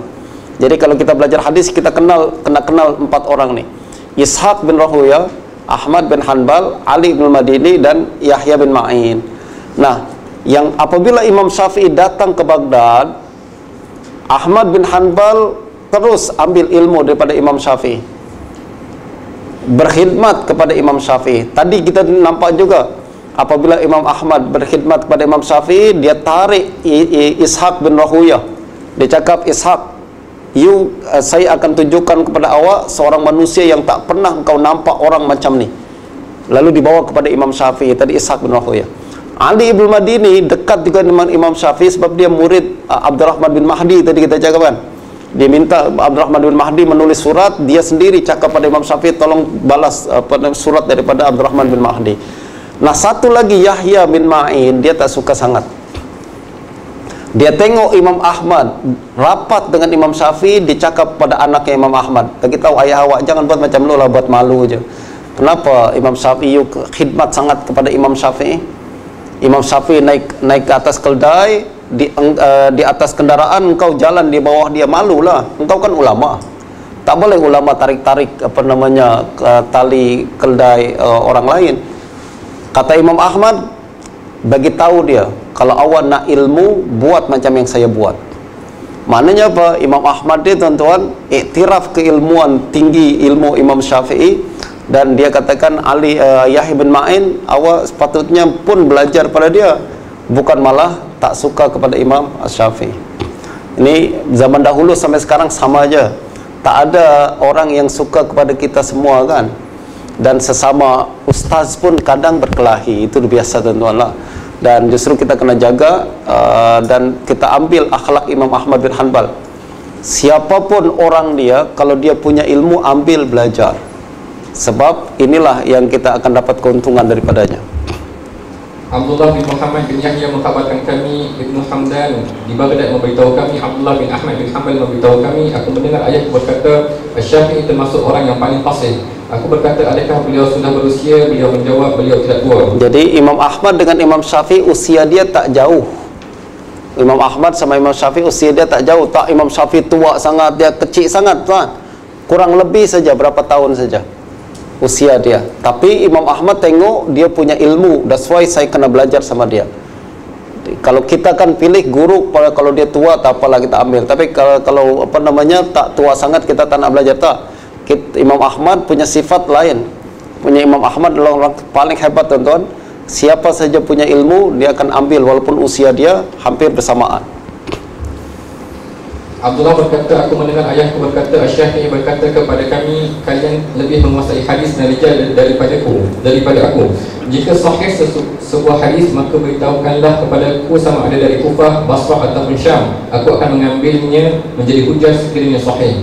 Ayahku berkata kepadaku, Asy-Syafi'i berkata, aku membaca di hadapan Malik dan beliau teruji dengan bacaanku. Ayahku berkata, itu kerana beliau sangat fasih. Tadi kita cakapkan Imam Syafi'i baca depan Malik, betul tak? Itu adalah kemuliaan besar, tuan-tuan. Tak ada orang yang dibenarkan baca di depan Malik. Biasanya Imam Malik tak terima orang membaca kitab Muwatta depan dia. Tapi Imam Syafi'i baca sendiri, dan Imam Malik pun teruja, suka dengan bacaan Syafi'i. Kata Imam Ahmad, itu karena Imam Syafi'i fasih, bacaan dia tepat. Abu Yahya As-Sali berkata, aku mendengar Abdullah bin Ahmad bin Hanbal berkata, ayahku memberitahuku daripada Asy-Syafi'i, daripada Malik dan Hatim bin Ismail sebuah hadis yang salih. Ayahku tidak menyukai semua ra'i, pandangan ulama yang tidak selari dengan hadis, namun beliau berpandangan positif kepada Asy-Syafi'i. Abdullah bin Ahmad bin Hanbal berkata, ayahku meriwayatkan kepadaku daripada beliau Asy-Syafi'i banyak hadis yang beliau riwayatkan daripada Malik daripada Ad-Darawardi. As-Sali berkata, Al-Hasan bin Idris As-Sijistani memberitahu kami, Muhammad bin Al-Haytham memberitahu kami, aku mendengar Muhammad bin Warah. Ar-Razi berkata, aku berkata kepada Ahmad bin Hanbal, aku telah banyak menulis hadis, aku mesti menulis ra'i. Ahmad bin Hanbal berkata, jangan lakukan itu. Aku berkata, aku mesti menulis pandangan Al-Auza'i, pandangan Al-Thawri atau pandangan Malik. Beliau berkata, jika mesti menulisnya juga, maka tulislah pandangan Asy-Syafi'i. Datangilah Al-Waiti dan tulislah daripadanya. Jika tidak berjumpa dengannya, maka datangilah Abu Al-Walid bin Abi Al-Jarud di Mekah. As-Sadi berkata, sesetengah guru kami memberitahu kami, aku mendengar Al-Mabrudi berkata, aku mendengar Ahmad bin Hanbal berkata, tiada seorang pun ahli hadis yang menanggung dakwah melainkan ia berhutang kepada Asy-Syafi'i. Aku mendengar Ar-Rabi' bin Sulaiman berkata seperti itu juga. Kami berkata, wahai Abu Muhammad, mengapa begitu? Beliau menjawab, sesungguhnya kalangan ahli ra'i seringkali memperlekeh ahli hadis sebelum Asy-Syafi'i mengajarkan mereka dan menegakkan hujah ke atas ahli ra'i. As-Sali berkata, Yazid bin Mujahid memberitahu kami, Muhammad bin Lais Ar-Razi memberitahu kami, aku mendengar Ahmad bin Hanbal berkata, semenjak 40 tahun lepas, setiap kali aku melakukan solat, aku selalu berdoa untuk Asy-Syafi'i di dalamnya.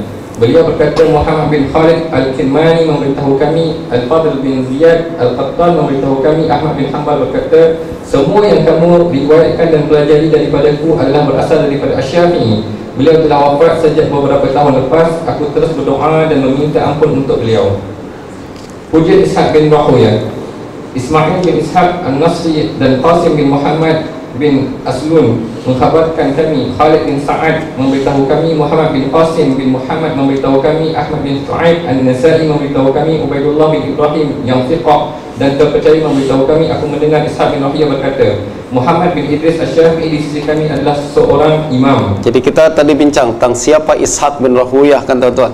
Tadi sekali lagi 4 orang yang selalu bersama-sama, Ahmad bin Hanbal, Ali bin Madini, lalu Yahya bin Ma'in dan Ishaq bin Rahuyah. 4 orang ini sekali lagi adalah guru-guru Imam Bukhari dan Muslim.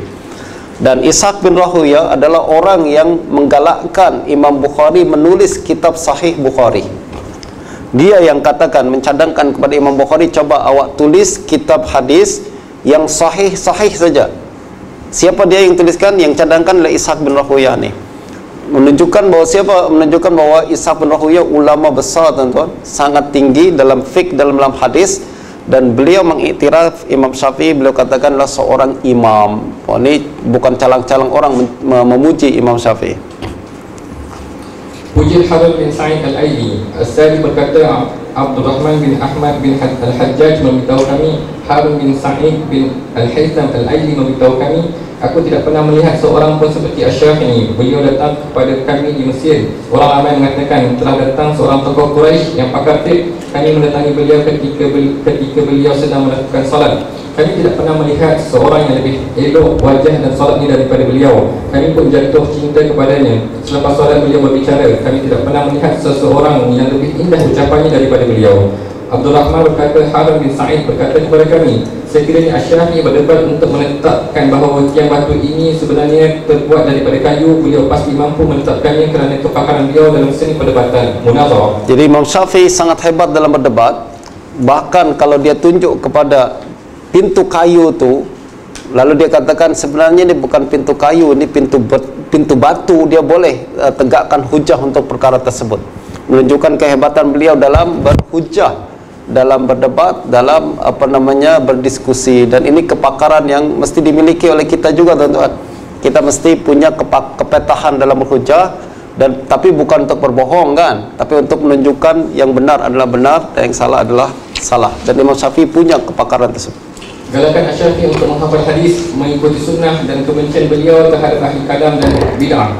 Ibrahim bin Syakir memberitahu kami, Muhammad bin Ahmad bin Yahya memberitahu kami, Ishaq bin Muhammad bin Yaqub memberitahu kami, As-Sadi memberitahu kami daripada Husain Al-Farabisi berkata, Asy-Syafi'i ditanya tentang salah satu permasalahan ilmu kalam. Beliau marah dan berkata, ini seperti ucapan kalangan ini, yakni Hafs Al-Fab dan murid-muridnya, semoga Allah menghinakan mereka. Jadi Imam Syafi'i, tuan-tuan, pada zaman tersebut, kalau disebut sebagai ahli kalam, maka yang dimaksudkan adalah Mu'tazilah.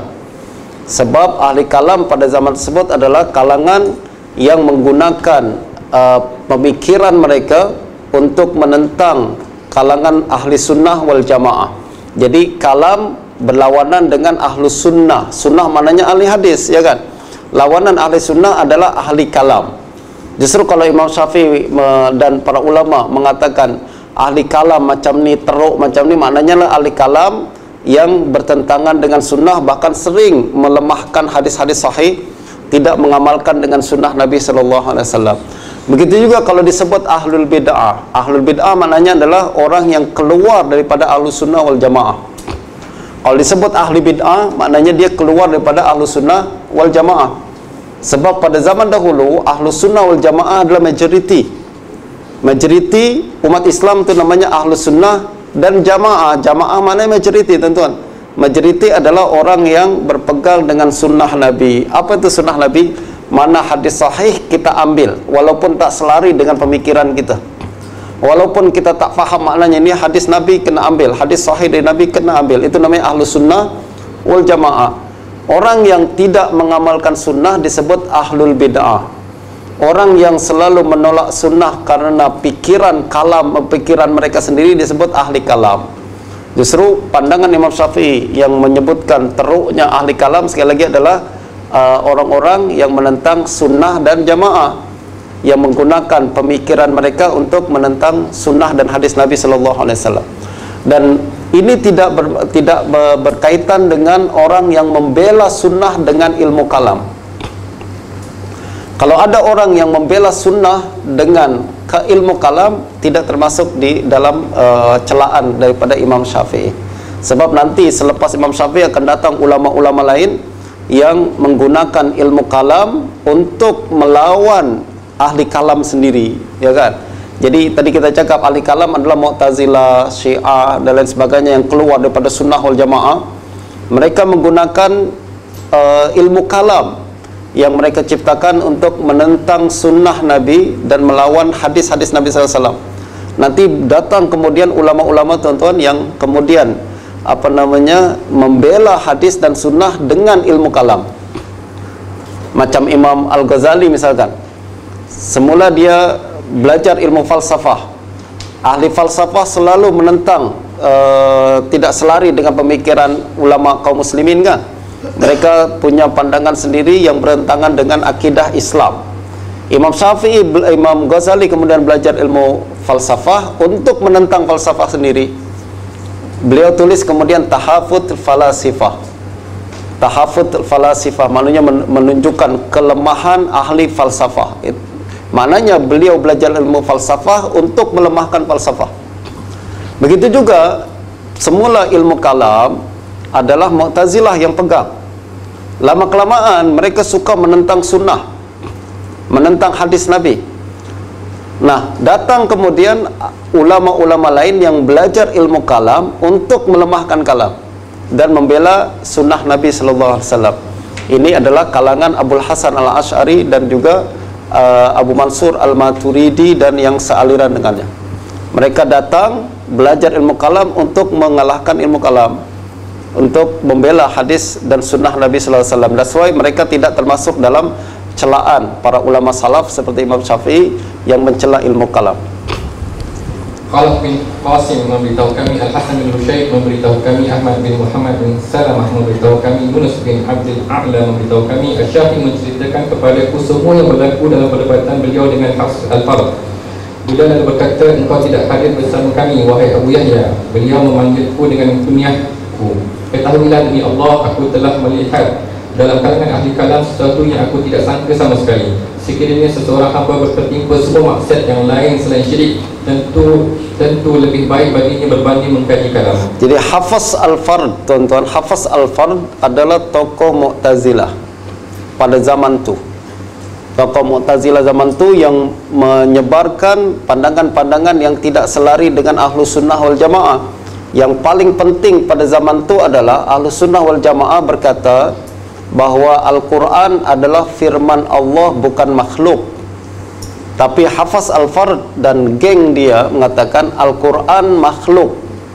Al-Quran adalah makhluk. That's why Imam Syafi'i mengatakan teruklah ilmu kalam ni. Dia menentang Al-Quran, dia menentang juga hadis Nabi.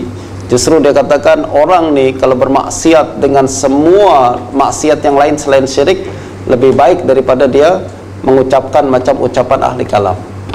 Sebab ahli kalam berkaitan dengan akidah yang sangat teruk. Sekali lagi ini berkaitan dengan apa? Kalangan ilmu ahli kalam yang menentang sunnah dan tidak yang coba untuk bertembung dengan Ahlus Sunnah wal Jamaah. Khalaf bin Qasim memberitahu kami, Al-Hasan bin Rusyaid memberitahu kami, Muhammad bin Sufyan bin Sa'id Al-Qayyad memberitahu kami, Muhammad bin Ismail Al-Isbani memberitahu kami di Mekah. Aku mendengar Al-Jarudi berkata, seseorang menyebut nama Ibrahim bin Ismail bin Ulayyah di hadapan Asy-Syafi'i. Beliau berkata, aku menyalahinya dalam semua perkara, termasuk dalam ucapannya tiada Tuhan selain Allah. Aku tidak sependapat dengannya dalam ucapan ini.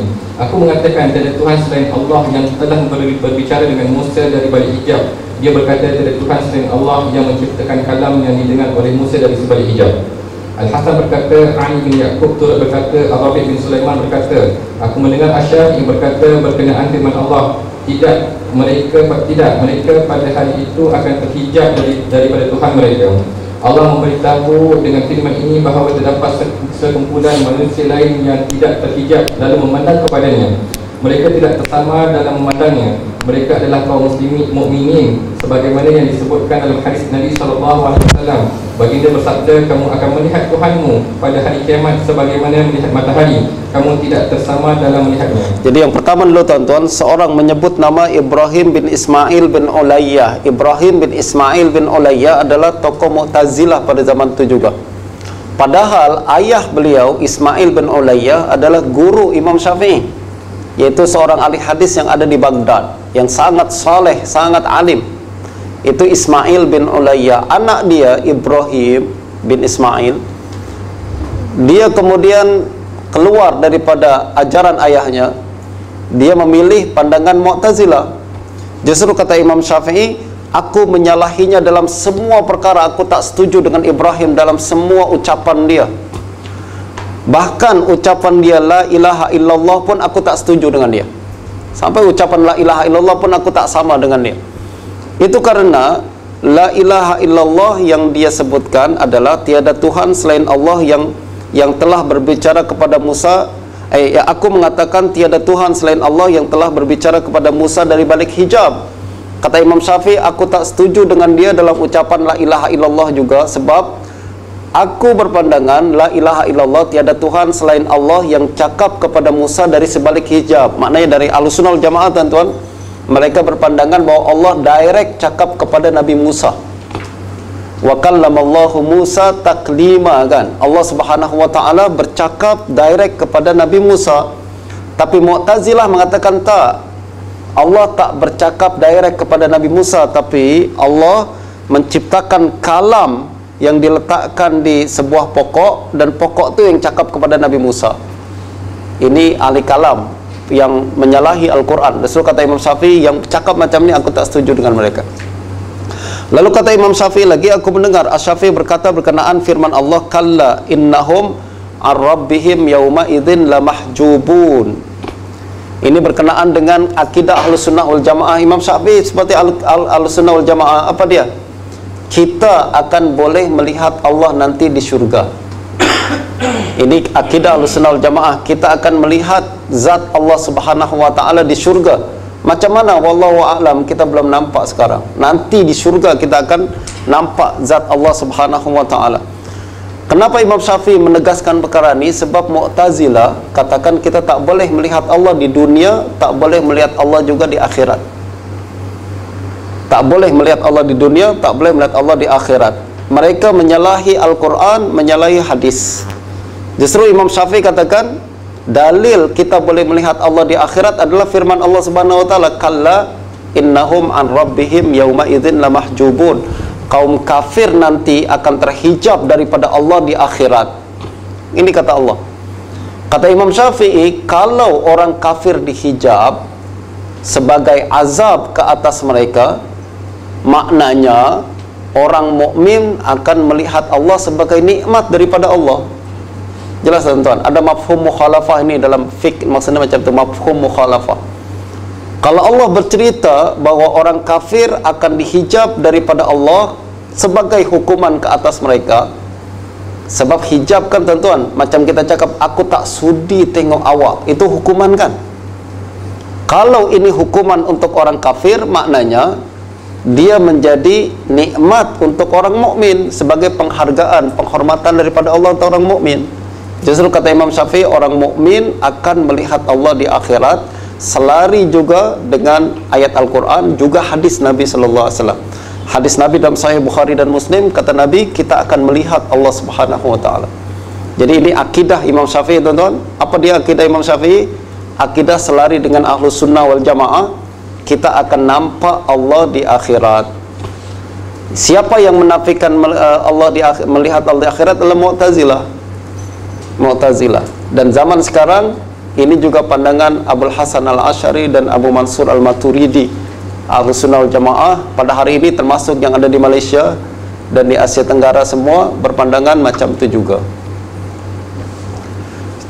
Beliau berkata, Muhammad bin Yahya Al-Farisi turut memberitahu kami, Muhammad bin Abdullah bin Abdul Hakam memberitahu kami, aku mendengar Asy-Syafi'i berkata, sekiranya orang ramai mengetahui apa yang terkandung dalam ilmu kalam dan aliran-aliran akidah, mereka akan melarikan diri daripadanya seperti melarikan diri daripada singa. Al-Hasan berkata, Sa'id bin Ahmad bin Zakaria Al-Lahami turut memberitahu kami, Yunus bin Abdul A'la memberitahu kami, aku mendengar Asy-Syafi'i berkata, apabila engkau mendengar seseorang berkata nama bukan objek yang dinamakan, al-ismi ghairil musamma, sesuatu bukan objek yang disesuatukan, maka saksikanlah bahawa dia seorang zindiq. Jadi di kalangan ahli kalam mereka sering mengatakan al-ismu ghairul musamma, nama Allah bukanlah Allah. Tapi itu perbincangan detail sangat tuan-tuan, sangat halus. Saya rasa kita bincang nanti pada masa yang akan datang. Nanti bincang tentang perbedaan akidah. Beliau berkata, Al-Hasan bin Muhammad bin Ad-Dahhab memberitahu kami, Harmalah bin Yahya memberitahu kami, aku mendengar Asy-Syafi'i berkata, dalam kalangan aliran-aliran sesat terdapat satu kalangan yang lebih mudah bersaksi secara dusta daripada Rafidah. Jadi selain Mu'tazilah, jadi kita cakap tadi apa? Ahli kalam adalah Mu'tazilah. Yang kedua ahli kalam juga adalah Rafidah. Rafidah ni apa tuan-tuan? Dia Syiah. Rafidah bermakna dia menolak Abu Bakar Siddiq dan Umar Ibn Khattab. Menolak apa? Menolak sebagai khalifah selepas baginda Nabi, itu nama Rafidah. Rafidah maknanya menolak. Setiap orang yang menolak Abu Bakar Siddiq dan Umar bin Khattab sebagai khalifah disebut sebagai Syiah Rafidah. Mereka adalah ahli bid'ah sebab terkeluar daripada Ahlus Sunnah wal Jamaah. Ahlus Sunnah pada zaman salaf dulu, sahabat Nabi hingga hari ini mengatakan Abu Bakar adalah khalifah yang sah, Umar adalah khalifah yang sah. Tapi Syiah sampai hari ini mereka menafikan perkara tersebut. Justru mereka disebut Rafidah. Dan kata Imam Syafi'i, bahkan mereka bukan setakat mengatakan Abu Bakar dan Umar bukan khalifah, yang paling ekstrim di kalangan Syiah juga mereka mengatakan Abu Bakar dan Umar kafir. Nauzubillah min dzalik. Mereka mengatakan Abu Bakar dan Umar kafir. Bahkan mereka mengatakan seluruh sahabat Nabi kecuali berapa orang saja semua kafir. Semua kafir melainkan Ali, lalu melainkan Abu Zar, Miqdad, lalu Ummu Salamah, dan semua yang lain termasuk istri-istri Nabi kafir. Ini adalah ekstrim sangat, tuan-tuan. Ini aliran yang bukan cuma menyalahi sunnah, juga menyalahi Al-Quran, kan? Menyalahi Al-Quran, justru keluar daripada Ahlus-Sunnah wal Jamaah. Nah, kata Imam Syafi'i, selain mereka Rafidah ni, ada satu perkara yang menjadi sifat mereka, mudah sangat berdusta. Justru kalau dia cakap apa, kita tak boleh percaya. Zaman sekarang kita sebut sebagai taqiyah. Taqiyah itu apa, tuan-tuan? Taqiyah di depan kita okey, di belakang teruk. Nah, ini zaman Syiah sejak dalam sejarah kita akan nampak macam tu. Imam Syafi'i sendiri tengok susah nak pegang ucapan mereka sebab mereka menghalalkan dusta untuk membela mazhab mereka sendiri. Al-Hasan berkata, Muhammad bin Yahya turut memberitahu kami, Muhammad bin Abdullah ibn Abdul Hakam mengkhabarkan kami, aku mendengar Asy-Syafi'i berkata, aku mendengar Ibnu Uyainah berkata, aku mendengar daripada Jarir Al-Ju'fi satu ucapan, lalu aku bersegera keluar dari tempat itu kerana bimbang atap rumah akan terjatuh ke atas kami. Jabir Al-Ju'fi adalah tokoh Syiah. Justru kata Sufyan bin Uyainah, saya pernah dengar ceramah Jabir Al-Ju'fi, saya segera lari daripada rumah sebab apa? Bimbang nanti Allah hancurkan rumah tu. Ucapan beliau teruk sangat, menyalahi Al-Quran, menyalahi hadis. Al-Hasan berkata, Muhammad bin Sufyan memberitahu kami, Muhammad bin Ismail memberitahu kami, aku mendengar Al-Jaruli berkata, suatu ketika di Mesir, Asy-Syafi'i pernah jatuh sakit yang hampir membawa kepada kematian. Beliau lalu siuman daripada pingsan. Setiap orang segera bertanya kepadanya, siapakah aku? Beliau menjawab soalan mereka. Apabila tiba kepada Hafs Al-Fard, beliau berkata, siapakah aku, wahai Abu Abdullah? Beliau menjawab, engkau Hafs Al-Fard, semoga Allah tidak menjaga dan memeliharamu, melainkan jika engkau bertaubat. Tadi kita cakap Hafs Al-Fard adalah tokoh Mu'tazilah. Imam Syafi'i benci sangat sama Mu'tazilah. Al-Hasan berkata, Muhammad bin Ibrahim Al-Anmati dan Ubaidullah bin Umar Al-Umari turut memberitahu kami, Al-Hasan bin Muhammad Al-Za'farani memberitahu kami, aku mendengar Asy-Syafi'i berkata, keputusanku ke atas ahli kalam adalah disebat dengan pelepah, lalu dinaikkan ke atas unta, kemudian diarak ke seluruh kabilah dan kampung, dan dikatakan inilah hukuman untuk orang yang meninggalkan Alkitab dan Sunnah lalu mengambil ilmu kalam. Nah, ini kita bincang tadi, ilmu kalam yang dimaksudkanlah ilmu kalam yang menentang Alkitab dan Sunnah, betul tak? Ilmu kalam yang menentang Alkitab dan Sunnah. Adapun ilmu kalam yang malah menentang bid'ah, ilmu kalam yang menentang pandangan yang menyalahi Sunnah, maka dia malah digalakkan oleh para ulama untuk pelajari. Kita belajar sekarang ni, tuan-tuan, ada jurusan akidah dan ilmu kalam, betul tak? Kalau kita ambil ucapan Imam Syafi'i ini secara am saja, maknanya Ustaz, belajar ilmu kalam haram, Ustaz. Imam Syafi'i cakap macam tu, maknanya, tuan-tuan, semua orang belajar ilmu akidah di universiti itu semuanya dosa semua. Jurusan tu kena ditutup lah, wajib lah kena ditutup. Imam Syafi'i cakap macam tu, bukan macam tu. Yang dimaksudkan lagi Imam Syafi'i konteksnya adalah kepada ilmu kalam yang menentang Al-Quran dan Sunnah, bukan ilmu kalam yang malah membela Al-Quran dan Sunnah. As-Sani meriwayatkan daripada Abu Sa'id dan Al-Karabisi, kedua-duanya mendengar Asy-Syafi'i berkata sedemikian. As-Sani meriwayatkan daripada Az-Za'farani berkata, Asy-Syafi'i sangat membenci kalam. Antara syair beliau yang tidak diperselisihkan padanya dan ia adalah sangat sahih berasal daripadanya. Ma syi'ta kana wa illam asya' wa ma syi'tu illam tasya' lam yakun. Khalaqtal ibada ala ma 'alimta fa bil 'ilmi yajri al-fata wal muslim. على ذا مننت وهذا خذلت وهذا أعنت وذا لم تعن فمنهم شقي ومنهم سعيد ومنهم قبيح ومنهم حسن. Apa yang engkau mahu pasti berlaku sekalipun aku tidak mahu. Apa yang aku mahu jika engkau tidak mahu tidak akan berlaku. Engkau ciptakan hamba mengikut ilmumu. Justru dalam ilmu berjalan seorang orang muda dan orang tua. Engkau memberi nikmat kepada yang ini, engkau mengecewakan yang ini. Orang ini engkau bantu, orang ini engkau tidak bantu. Sesetengah mereka sengsara, sesetengah mereka berbahagia. Sesetengah mereka bodoh, sesetengah mereka tampan. Dan ini bait syair yang sahih daripada Imam Syafi'i, bait syair yang sahih daripada Imam Syafi'i mengandungi apa? Mengandungi bahwa Imam Syafi'i menetapkan adanya takdir daripada Allah. Allah berkehendak dan Allah menentukan. Itu namanya takdir kan tuan-tuan? Ini selari dengan ahlu sunnah wal jamaah. Kita ahlu sunnah wal jamaah mengatakan Allah berkehendak, ya kan? Kita ahlu sunnah wal jamaah mengatakan ada takdir daripada Tuhan.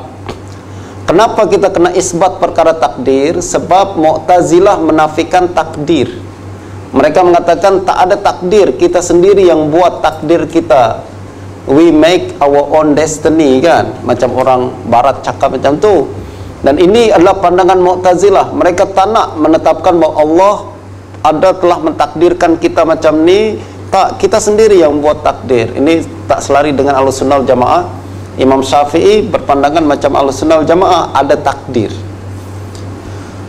Abdullah bin Muhammad bin Yusuf memberitahu kami, Muhammad bin Ahmad bin Yahya bin Mufarrij memberitahu kami, Abu Ahmad Mansur bin Ahmad Al-Harawi memberitahu kami, Abu Muhammad Abdullah bin Abu Sufyan memberitahu kami, aku mendengar Abu Ibrahim Ismail bin Yahya Al-Muzani berkata, aku mendengar Muhammad bin Idris Asy-Syafi'i menyebut baik-baik syair ini. Baik-baik ini termasuk dalam riwayat yang paling sahih berkenaan iman kepada takdir.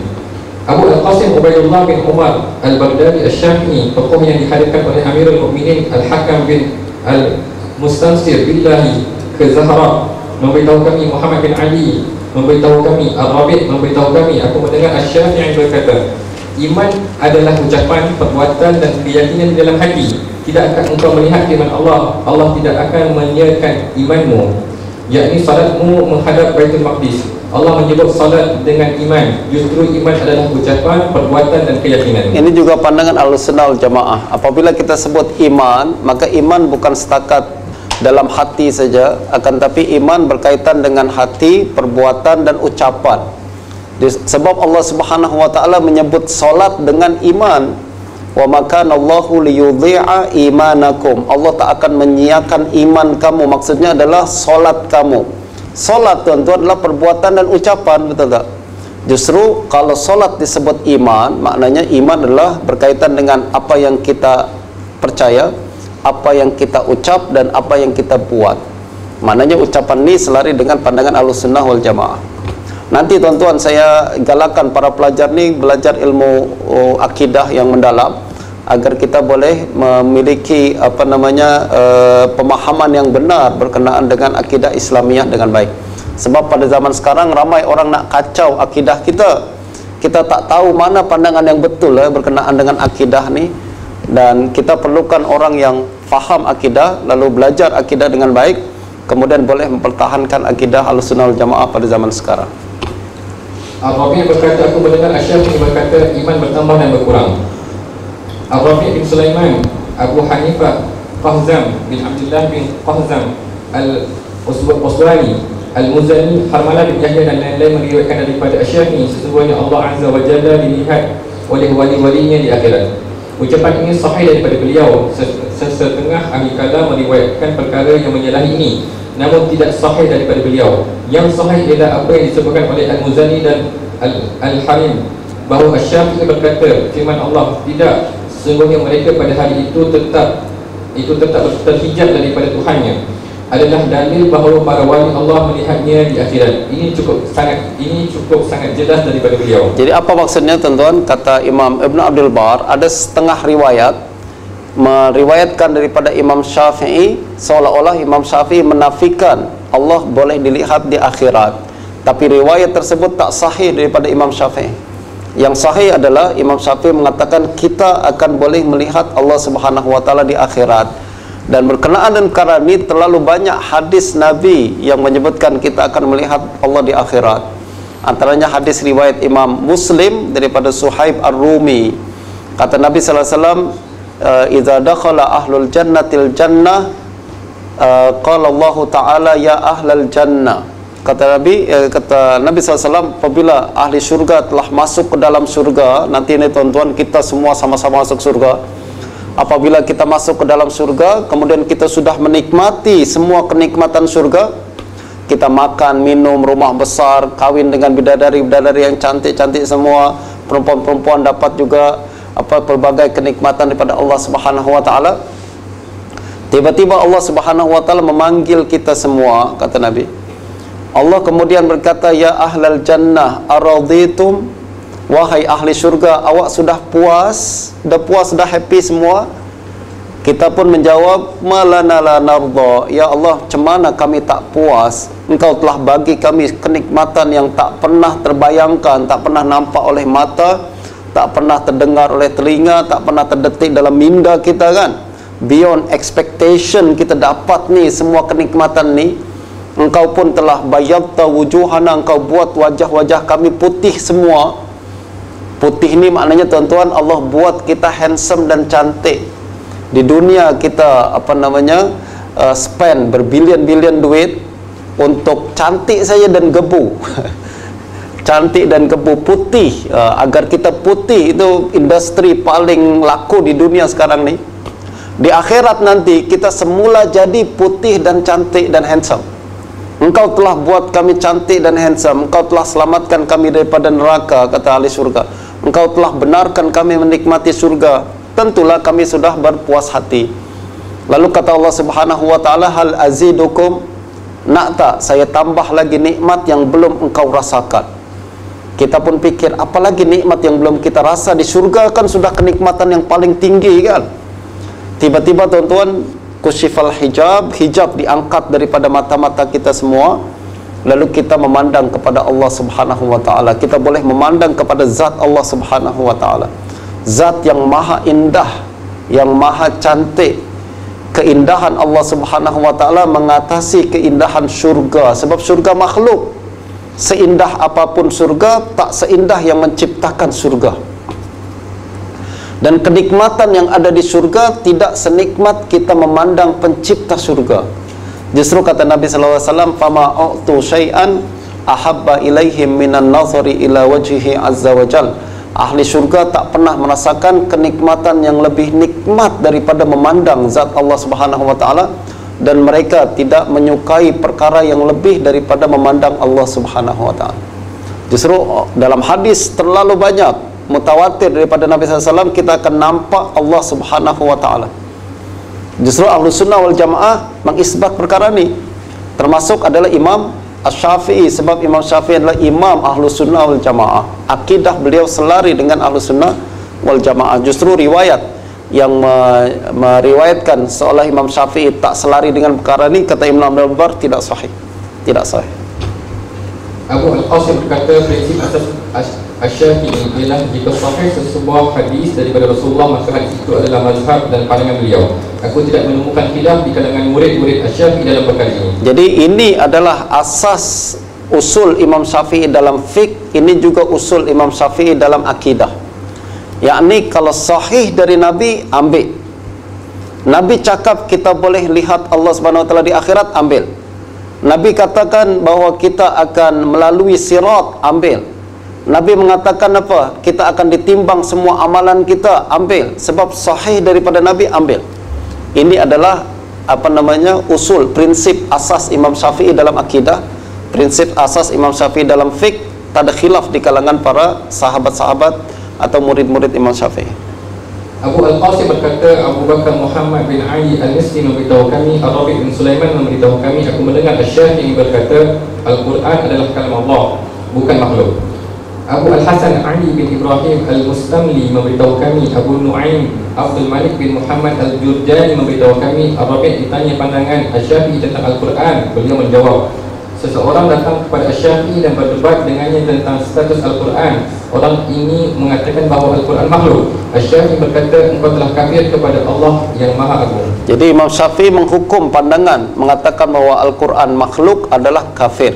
Tapi tuan-tuan, ni bukan kafir. Kafir ni ada pandangan para ulama, ada dua pandangan.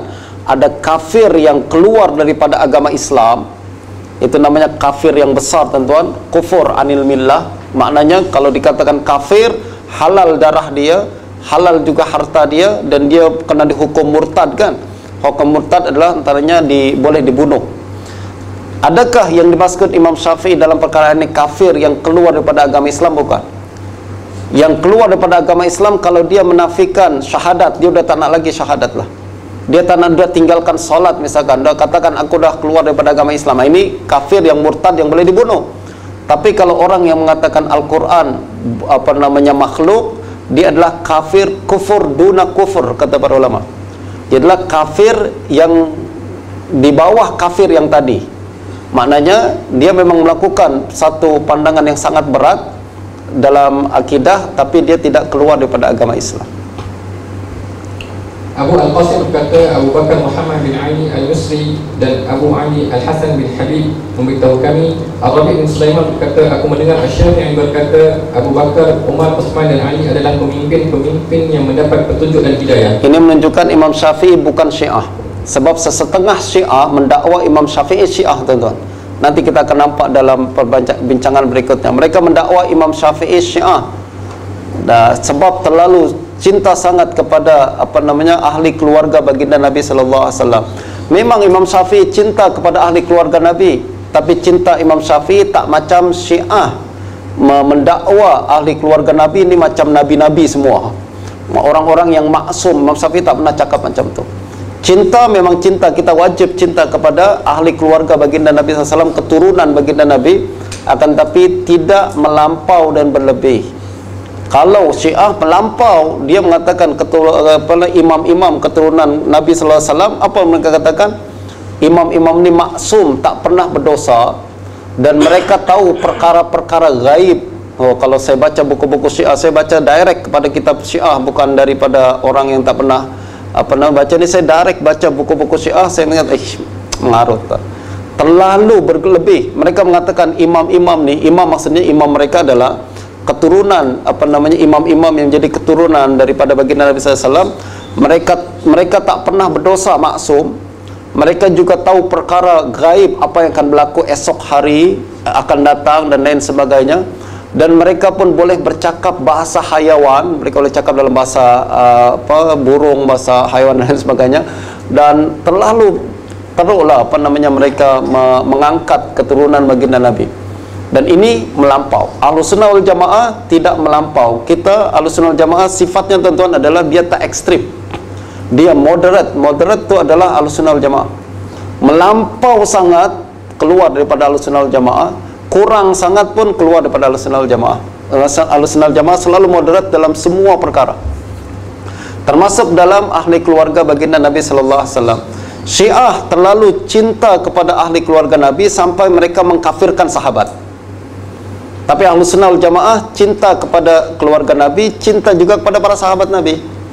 Justru Imam Syafi'i mengatakan dalam ucapan ni, Abu Bakar, Umar, Utsman, Ali adalah pemimpin-pemimpin yang mendapat petunjuk dan hidayah. Tak mungkin Syiah cakap macam ni.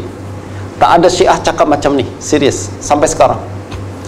Tak mungkin mereka memuji Abu Bakar, memuji Umar, memuji Utsman. Ali tentulah mereka puji. Tapi Imam Syafi'i katakan ini adalah para pemimpin Khulafa Ar-Rasyidin. Maknanya Imam Syafi'i bukan Syiah, dan inilah pandangan Ahlussunnah wal Jamaah. Pada masa yang sama, kita mencintai seluruh sahabat Nabi, mencintai seluruh keturunan baginda Nabi sallallahu alaihi wasallam dan keturunan ahli keluarga baginda. Beliau berkata, Muhammad bin Ar-Rabi' bin Malik Al-Andalusi turut memberitahu kami di Mesir. Aku mendengar Hamalah bin Yahya berkata, aku bertanya kepada Asy-Syafi'i, wahai Abu Abdillah, siapakah para pemimpin khulafa selepas Rasulullah sallallahu alaihi wasallam? Beliau menjawab 5 orang, Abu Bakar, Umar, Utsman, Ali dan Umar bin Abdul Aziz. Ini pandangan Imam Syafi'i dan juga pandangan kita Ahlussunnah wal Jamaah. Kita rehat kejap, tuan-tuan, ya. Kita ni dalam masa 5 atau 10 minit Siapa nak pergi ke tandas ke, nak luruskan kaki ke, nak push up dulu ke, nak lari-lari pusing Pusat Islam ni lah, balik lagi kemari. Dengan mudah-mudahan kita boleh berjumpa semula dalam keadaan yang lebih fresh lagi insyaAllah. Sekarang pukul 11.10 kita akan jumpa semula dalam 11.20 insyaAllah. Sallallahu sayyidina Muhammadin wa alihi wasallam ajma'in.